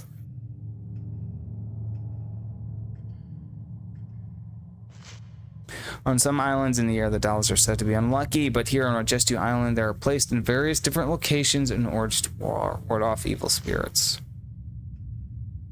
So that doll I saw on the chair upstairs, the wheelchair upstairs, I was supposed to take a picture of that. Well, I think I'm gonna go do that. Saying it's just I remember I looked at this earlier and it rattled. There's something in the locker. We delve into the article Rajestu disappearances. We delve into the darkness behind the mysterious Rajestu Island disappearances. 6 months have passed since the mass disappearances on Rajestu Island. With the investigation stalled, the incident is on the verge of being forgotten. But we have uncovered a sinister history that could be the key to solving the mystery. The bizarre illness known as Moonlight Syndrome. We first focused our investigation on Moonlight Syndrome, a condition unique to the Rajestu Islands. According to the medical expert we contacted, it is a type of amnesia with unusual additional symptoms such as sleepwalking and sufferers acting as though possessed by some force. Sleepwalking, memory loss, hair loss, and acting as if they are possessed. The disaster Rajestu legend returns. Folklorists familiar with the history of the island say that the sickness has been feared as a plague, so its reach clearly extends beyond the present-day incident into the island's murky past. Legend also tells of a strange incident in which over half of the inhabitants of Rajestu Isle vanished, and there we go. Those girls were okay. So legend says over half of the inhabitants vanished. It doesn't specify when that happened, and it's only a legend, so it's not clear that it did happen. So it's likely that it did happen, and the girls we were playing as were part of the people who disappeared. Interesting. The sickness has been feared as a plague. Okay. Moonlight Syndrome en masse. What if Rajestu disappearances were caused by an endemic outbreak of Moonlight Syndrome? The island is surrounded by a vast ocean. One doesn't like to linger too long on the fate of those wandering outside, blissfully unaware of their surroundings. So, the girls, there's been girls disappearing on this island for some time. We don't know how long. We've been hearing about this through the journal entries since we've started the game. Now, how many girls have gone missing? We're not sure. It seems like it's been a number of different girls. And we also now know that the girls in this facility were being tested on, apparently with the cure to Moonlight Syndrome. So this is all tangled up all over the place. This is something is definitely going on beneath the surface of this. And what we see at the ground level where we stand is a very, very tangled web of deceit, lies, and speculation with legends, folklore. So we're not getting the whole answer yet, but I think we're getting close. Tourism efforts cursed the island. Some islanders were opposed to turning Rajestu Kagura.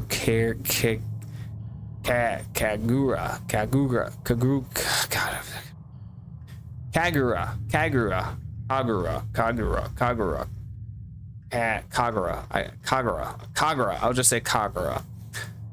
Some islanders were opposed to turning the Rajestu Kagura, a ceremony that was supposed to appease the souls of the dead, into a tourist attraction.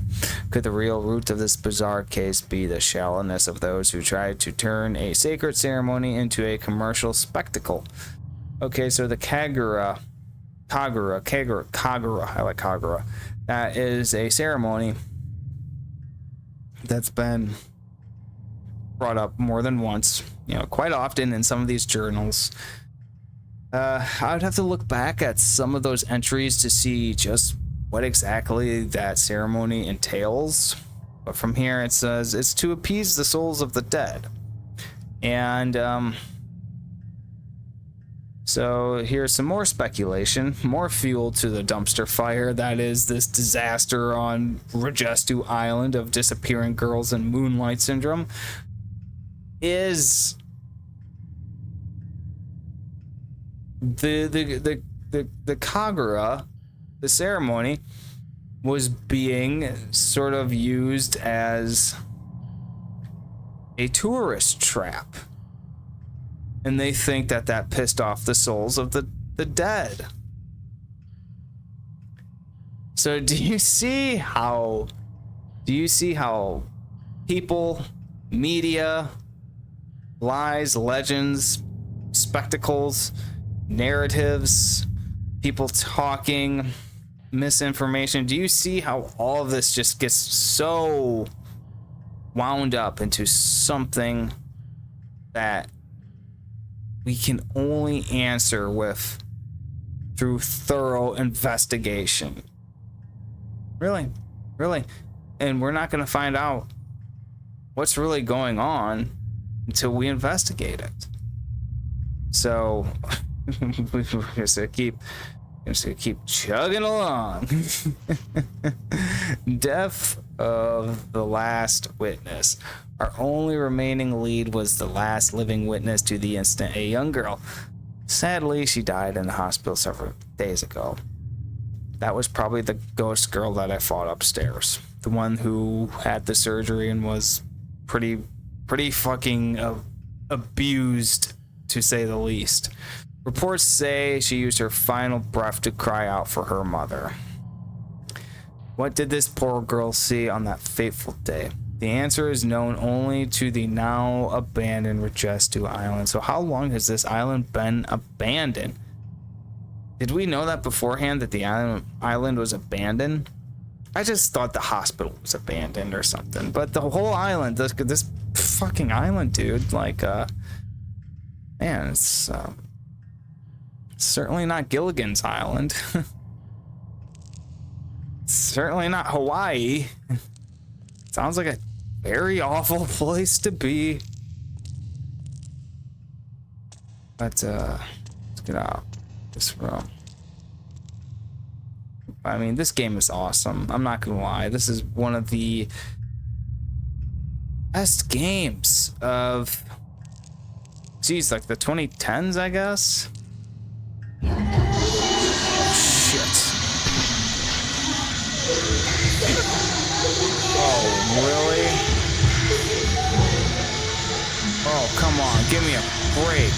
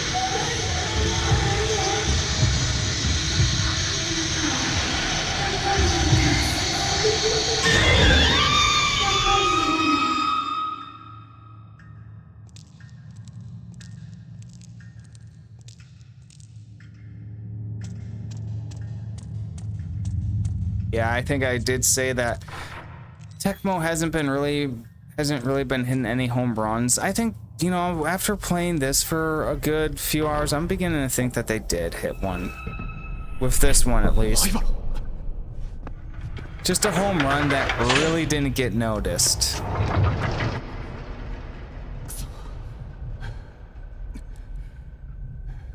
And maybe the reason it didn't get noticed was because they put it on the Wii.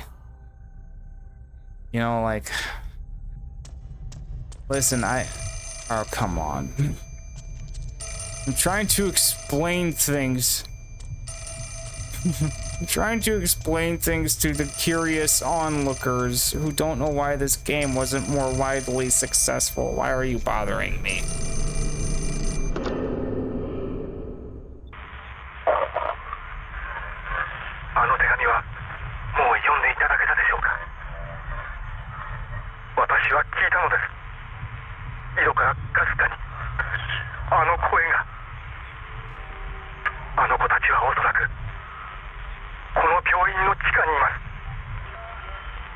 Jesus. That's fucked up. Oh, crap.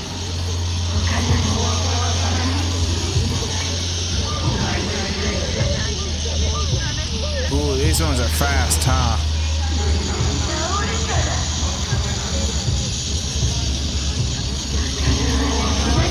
Come on, dude. Aim that shit. This one's got a golf club? Is that a golf club? Oh, it's a spear or something. I thought it was a golf club. It looks like a golf club.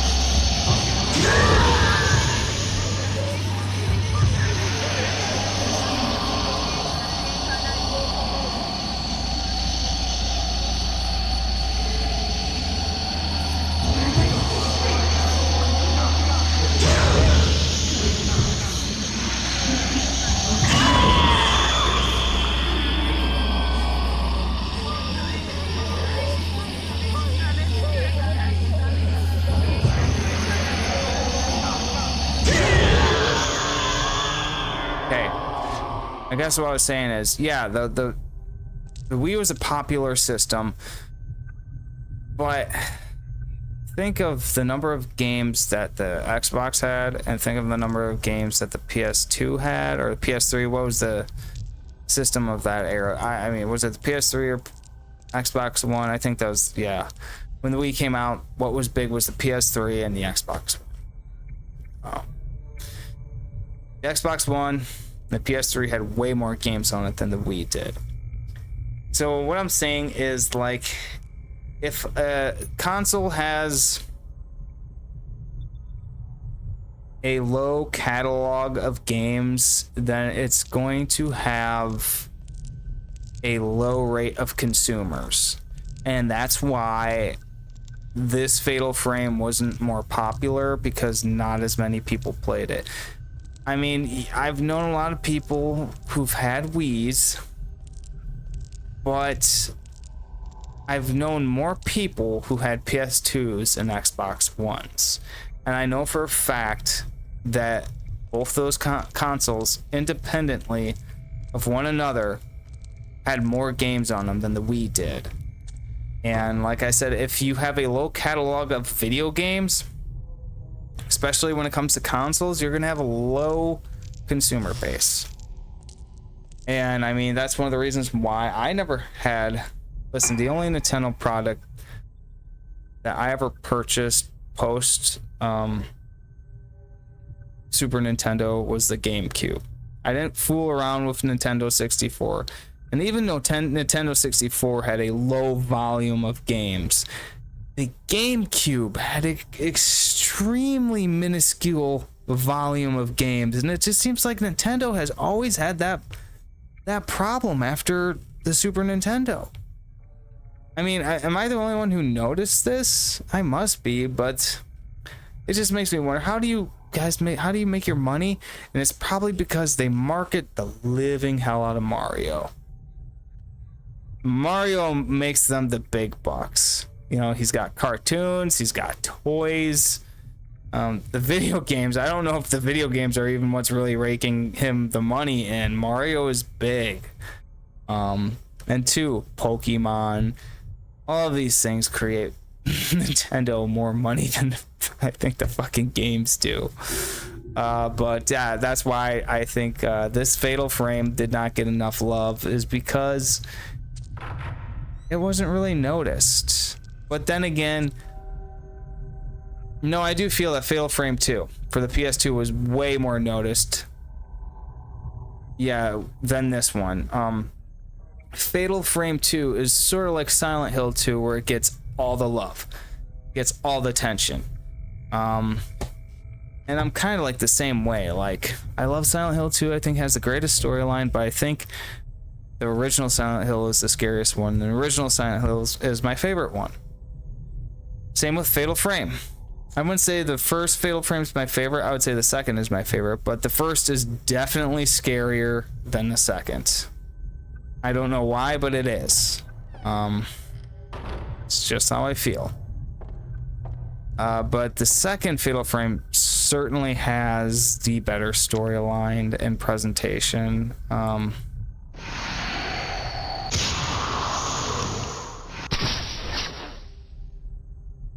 Dude, aren't I supposed to take a picture of that doll?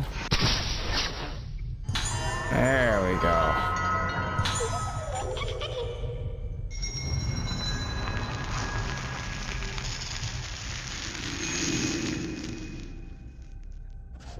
So do I get points for doing that or something? Or is it just... If I take a picture of the doll, does it just make the area safe or something? I don't know. But I think there's another doll over here. Yeah, there is. I'm gonna start taking pictures of them. Come on now.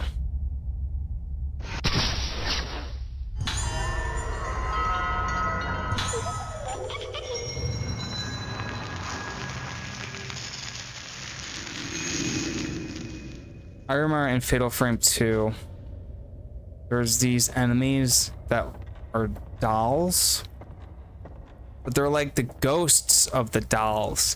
I remember just how creepy that was. Like they weren't ghosts of humans, they're ghosts of dolls that this toy maker made, and it was so creepy for one reason or another. It was like creepier than half the ghosts in the game.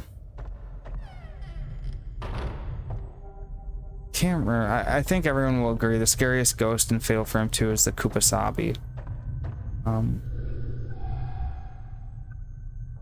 Yeah, the Kupasabi is definitely the scariest.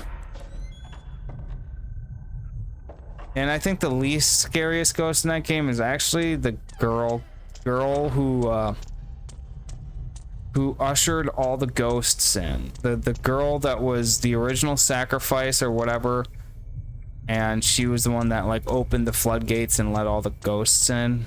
I think she's probably like the least scariest, but she's like a one-hit kill. She kills you in one hit, and that's what makes her scary. Other than that, she's just like a girl in the red, in a kimono, pretty much. And then the falling ghost scares the crap out of you because it just falls from the ceiling. It's out of nowhere, screaming, and just plops on the floor. And the broken neck ghost is pretty disturbing in that sort of uncanny valley way. But yeah, Fatal Frame 2, like Silent Hill 2, has the best storyline, the best characters, the best presentation. And two, like with Silent Hill, you'd think that Silent Hill 2 had better gameplay. It doesn't. It doesn't. I swear to God, Silent Hill 2, when it comes to combat, the game only got clunkier. The graphics got better, like I was talking about earlier about the meme graphics, but I mean Silent Hill 2, but the graphics got better and the gameplay got clunkier. Graphics went up like 25 points. The story went up like 70 points. And the gameplay deducted like, I don't know, like 15 points. Because I remember, and you all remember who were there with me for the original Silent Hill, Harry could jump backwards. You remember that? He could jump and slip backwards like he was, you know, dodging a swipe of the claw, a punch, you know, acid, a dog trying to bite him. He could hop back and dodge it. Yeah, I don't think that was that feature was in Silent Hill 2. And the combat, when you grab a crowbar or a metal pipe in Silent Hill 1, you have more than like one strike. Like you have an overhead strike, and then you have like a swipe and a stab. At least I'm sure there is. And I also feel that the gunplay, when you're shooting the monsters in the game, it feels more controlled, and it's more relieving for one reason or another. In Silent Hill 2, like, I shoot enemies, I'm just like not really like impressed by it.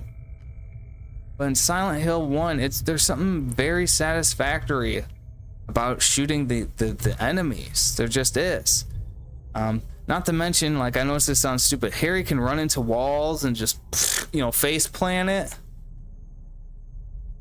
And I'm not saying that's like cool. I'm saying that's just like that game had like a level of physics to it that the second one just doesn't have.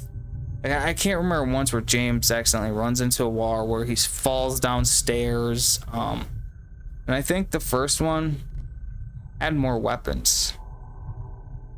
Maybe I'm wrong about that. But no, Silent Hill 2 is amazing, and I agree. It is the best game in the series. It is. But is it my personal favorite? No. No, it's not my personal favorite, but, you know, like, taking a step back, it's like overwhelmingly the world of Silent Hill fans agrees that the second one is the best one. And I mean, the consensus is just that Silent Hill 2 is the greatest, and there's no denying it. It's the greatest one in the series. And it's my second favorite one. My first is the first one. My first favorite Silent Hill is the first one. My second is the second one, and my third is the third one. It's that easy. That's how I rate my Silent Hill games, in that order. But yeah. See what's going on in here, and I think that's about it. Done for the evening. In mild cases of Moonlight Syndrome, patients start to lose fragments of their memories and tend to sleepwalk. Neither of these symptoms is especially uncommon and may even occur together, but it is the effect of the phase of the moon on Moonlight Syndrome patients that makes it very different from other such conditions. Patients stabilize when the moon waxes and is full, but tend to seek out the moonlight and wander at night. So they kind of need the moon to sustain themselves, moonlight that is.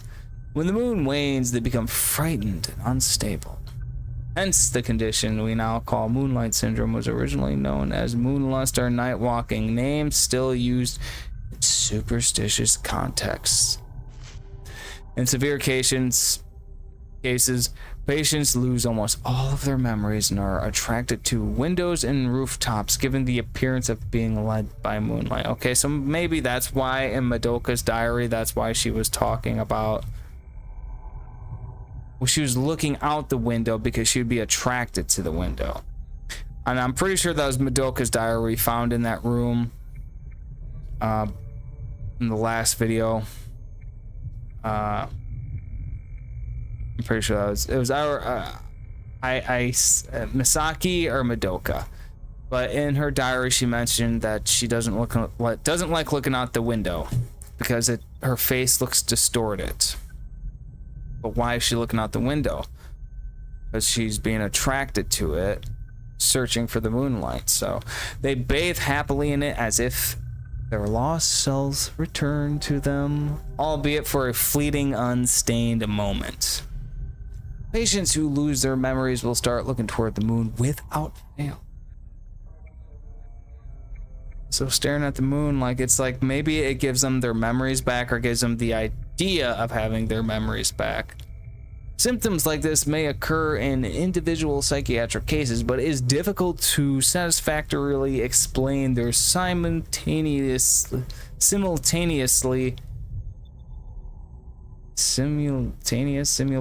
emergence in multiple patients. Getting tired. The condition is unique to the Rajastu Islands, so it may have some connection with the climate or belief of these islands. Wow. This story is very interesting with the moonlight syndrome and everything. I mean, hats off to Tecmo. Like I said, like, this is definitely one of the better games in the series.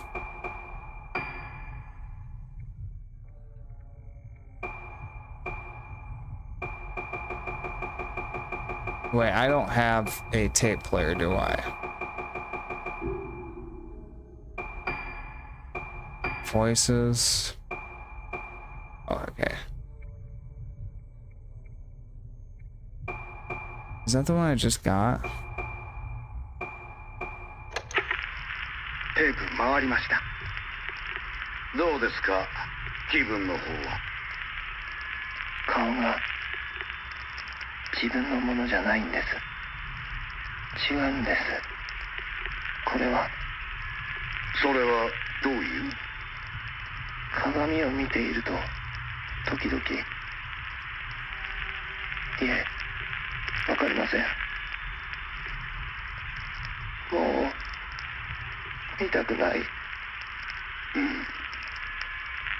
だから目を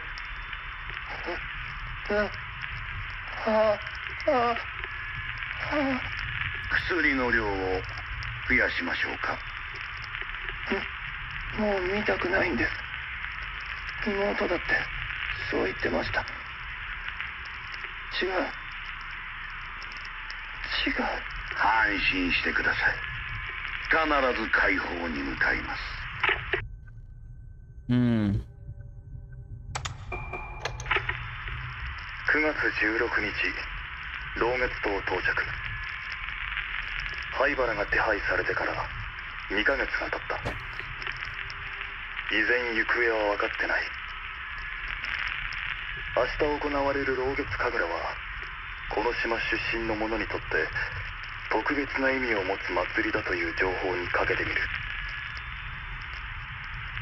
灰原がこの島に渡ったという証言はまだ取れず、本部は動かない。東京での捜索を進めている。しかし灰原はこの島にいるような気がする。これは俺の勘だが、冷酷なやつほど窮地に立つと何かにすがりたがるものだ。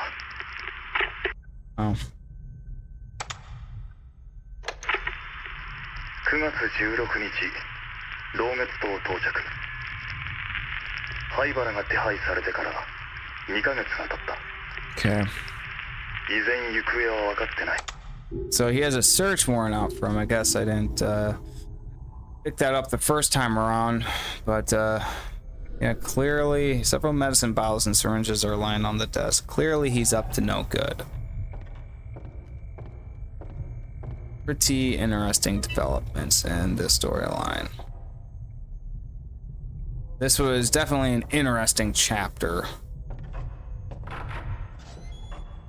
Lots of storytelling.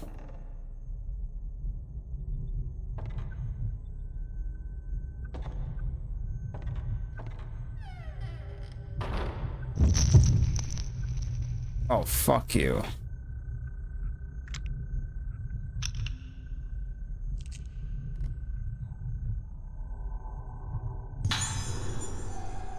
Sacred water. No ghost hand. Wooden card, waning moon. Wooden card, waning moon.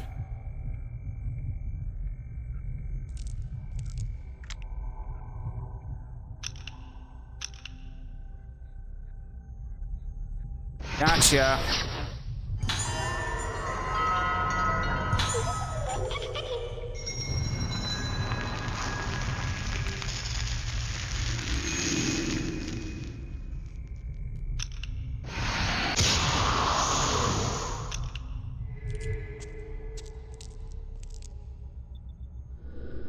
The shelves contain outpatient hospital appointment records.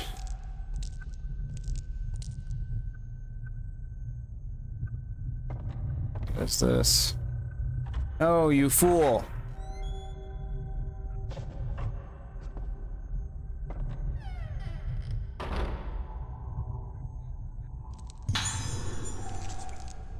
Got herbal essence.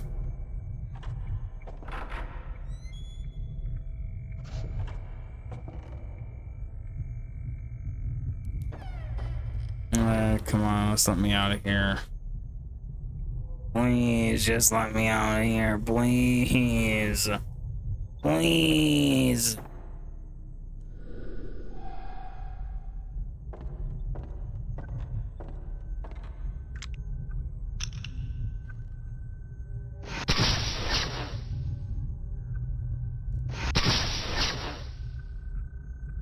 You little...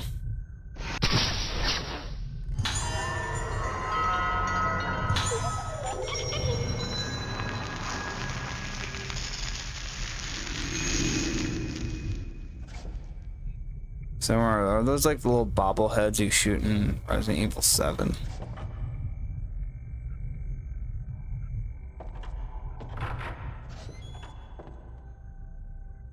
Ooh, that's a scary shadow. I thought it was a ghost. Right, ladies and gentlemen. Dr. Knotsmere here. Let's get busy with Mask of the Lunar Eclipse.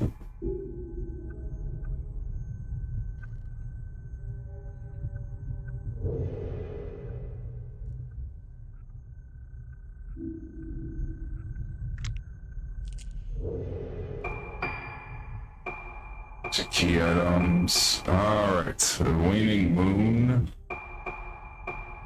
Small iron, flat iron.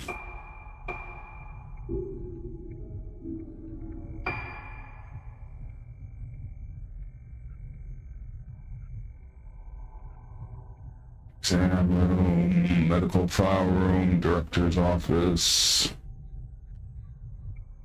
Okay, yes, I think, indeed.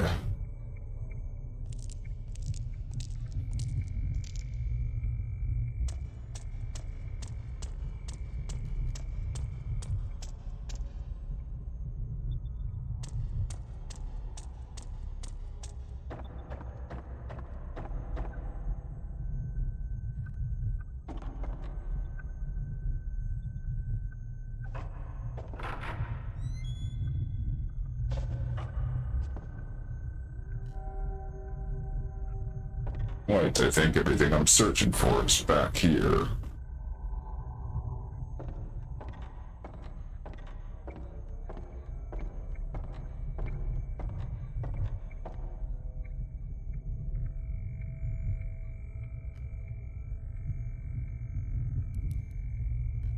I know Mr. Astrochemical was in here earlier.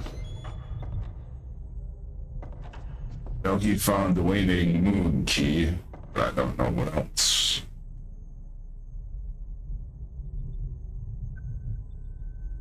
Yeah, see, I already took the picture of the doll.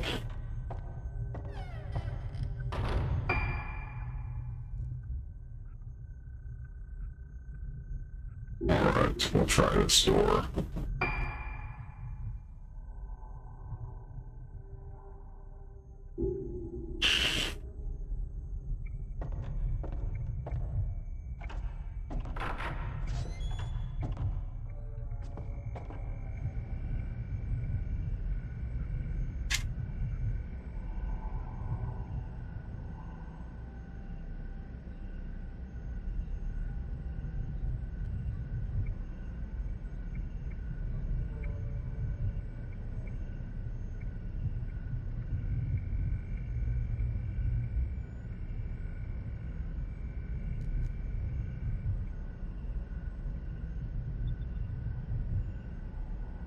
It is a sweltering mess in the old chambers of Mr. Astrochemical. Down here in the Sunshine State, Florida.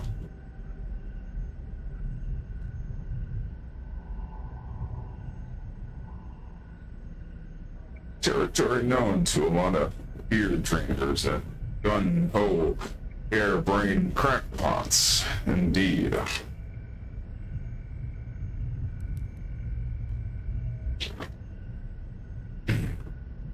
Don't mind my views. They are not the views of Mr. Astrochemical. 一緒に知られる前に Oh, damn it. Hide what? What are you trying to hide from me?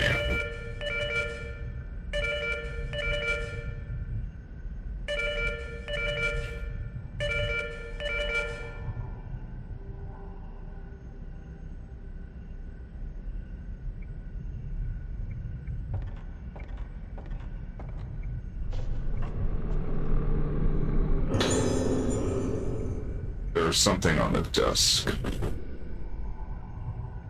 The days pass and our efforts to treat Moonlight Syndrome continue.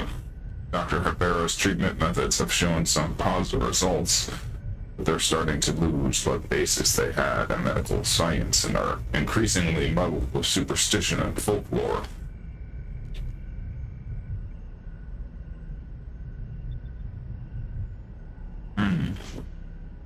He's putting more and more emphasis on his own ideas and legends of the island. Frankly, I doubt the efficacy of such methods.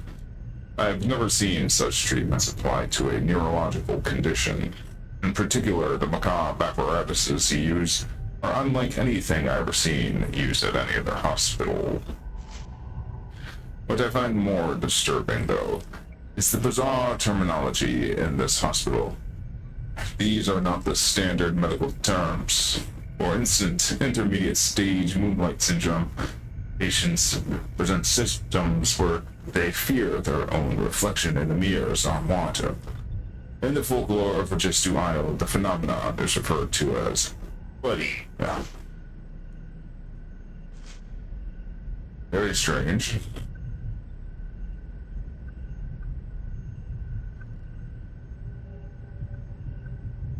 Fear their own reflection. The patients may be seeing their own faces reflected as something entirely different. Whatever the nature of the symptom, I wish they would call it a hallucination or a phobia, rather than use a proper medical term. This superstitious budding word is used by the infirmary staffs on a daily basis.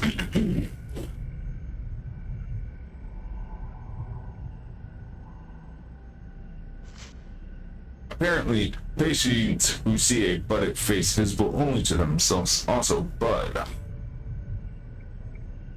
Budded face.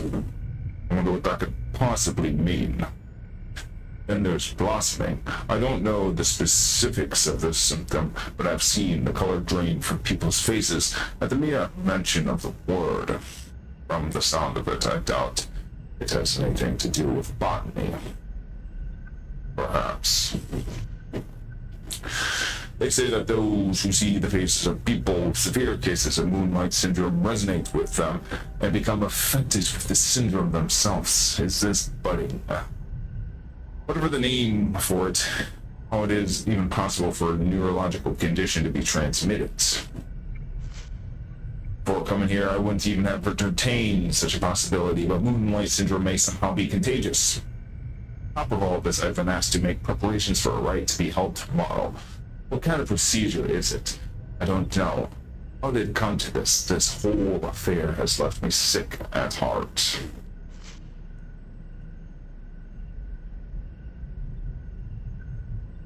Very interesting indeed.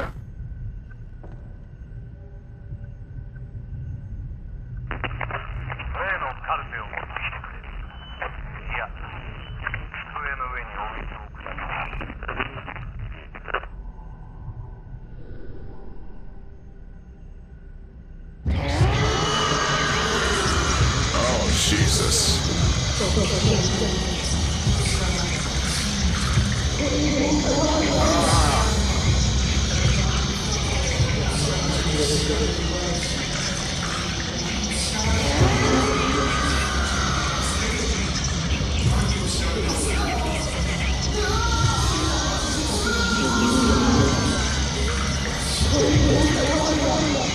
Oh, chambers.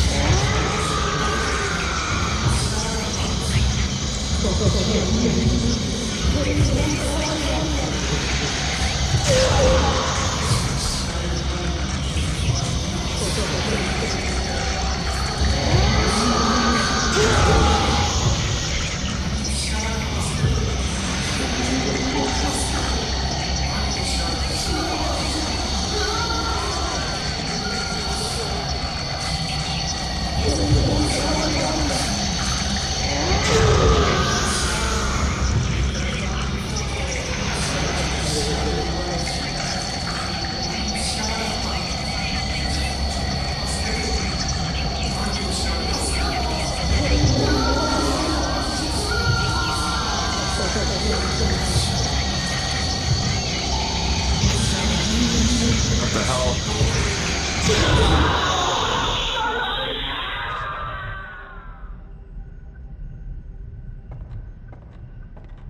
X.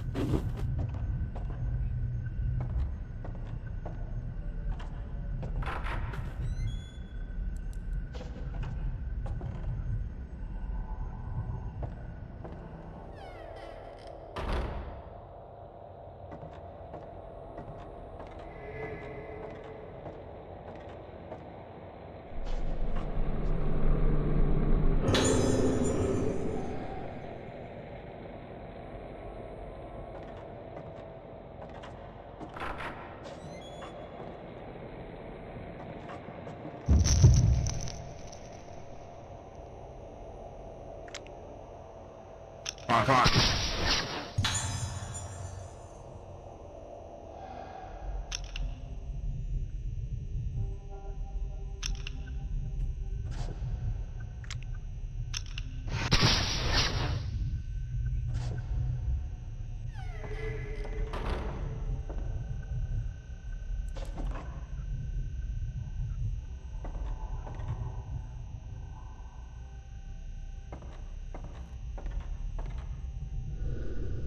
Sculpture resembling a cloud-veiled moon.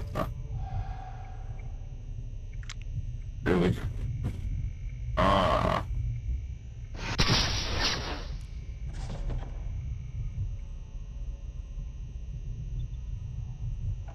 It's the door.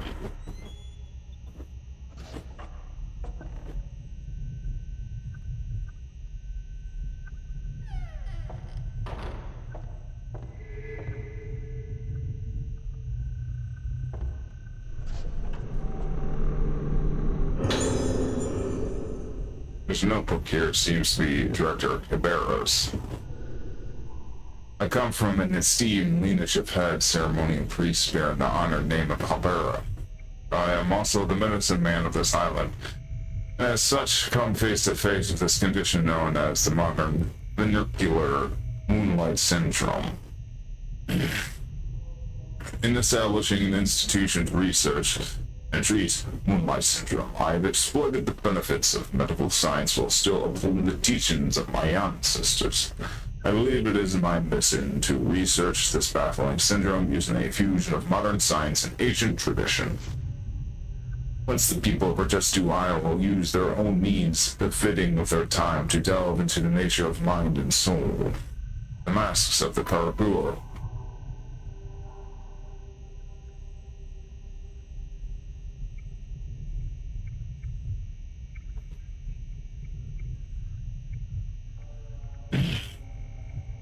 Mask of the Karagur were one such means. By wearing the mask and hearing the music, the vessel loses herself.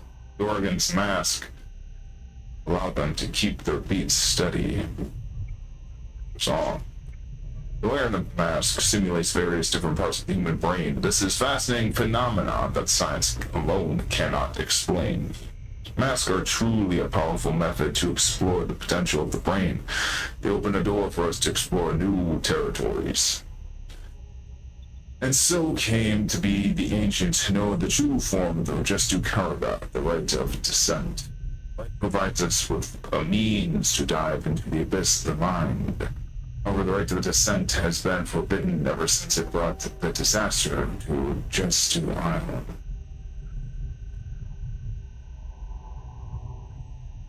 Right of descent. So the wearing of masks simulates various parts of the brain that science cannot explain. They open doors to explore new territories. And due to the masks, they opened up some sort of gateway into the Karaga, and it's sort of, I guess, its main practice is the right of descent. The Rajestu Karagua, which has been talked about up and down in this game. The right provides us with a means to dive into the abyss of the mind. However, the right of descent has been forbidden ever since it brought disaster to Rajestu Isle. So it perhaps caused the calamity where everyone on the isle disappeared. Or most people. Not quite sure. The story's all over the place with these girls having amnesia and then people disappearing, girls disappearing, and girls being down in wells and all sorts of things. The legends that tell of this disaster are terrifying, but in order to conquer Moonlight Syndrome, we must be brave enough to step over taboo boundaries. Moon eclipses but once every 10 years. We cannot let this chance escape us. Time is a commodity we sadly lack.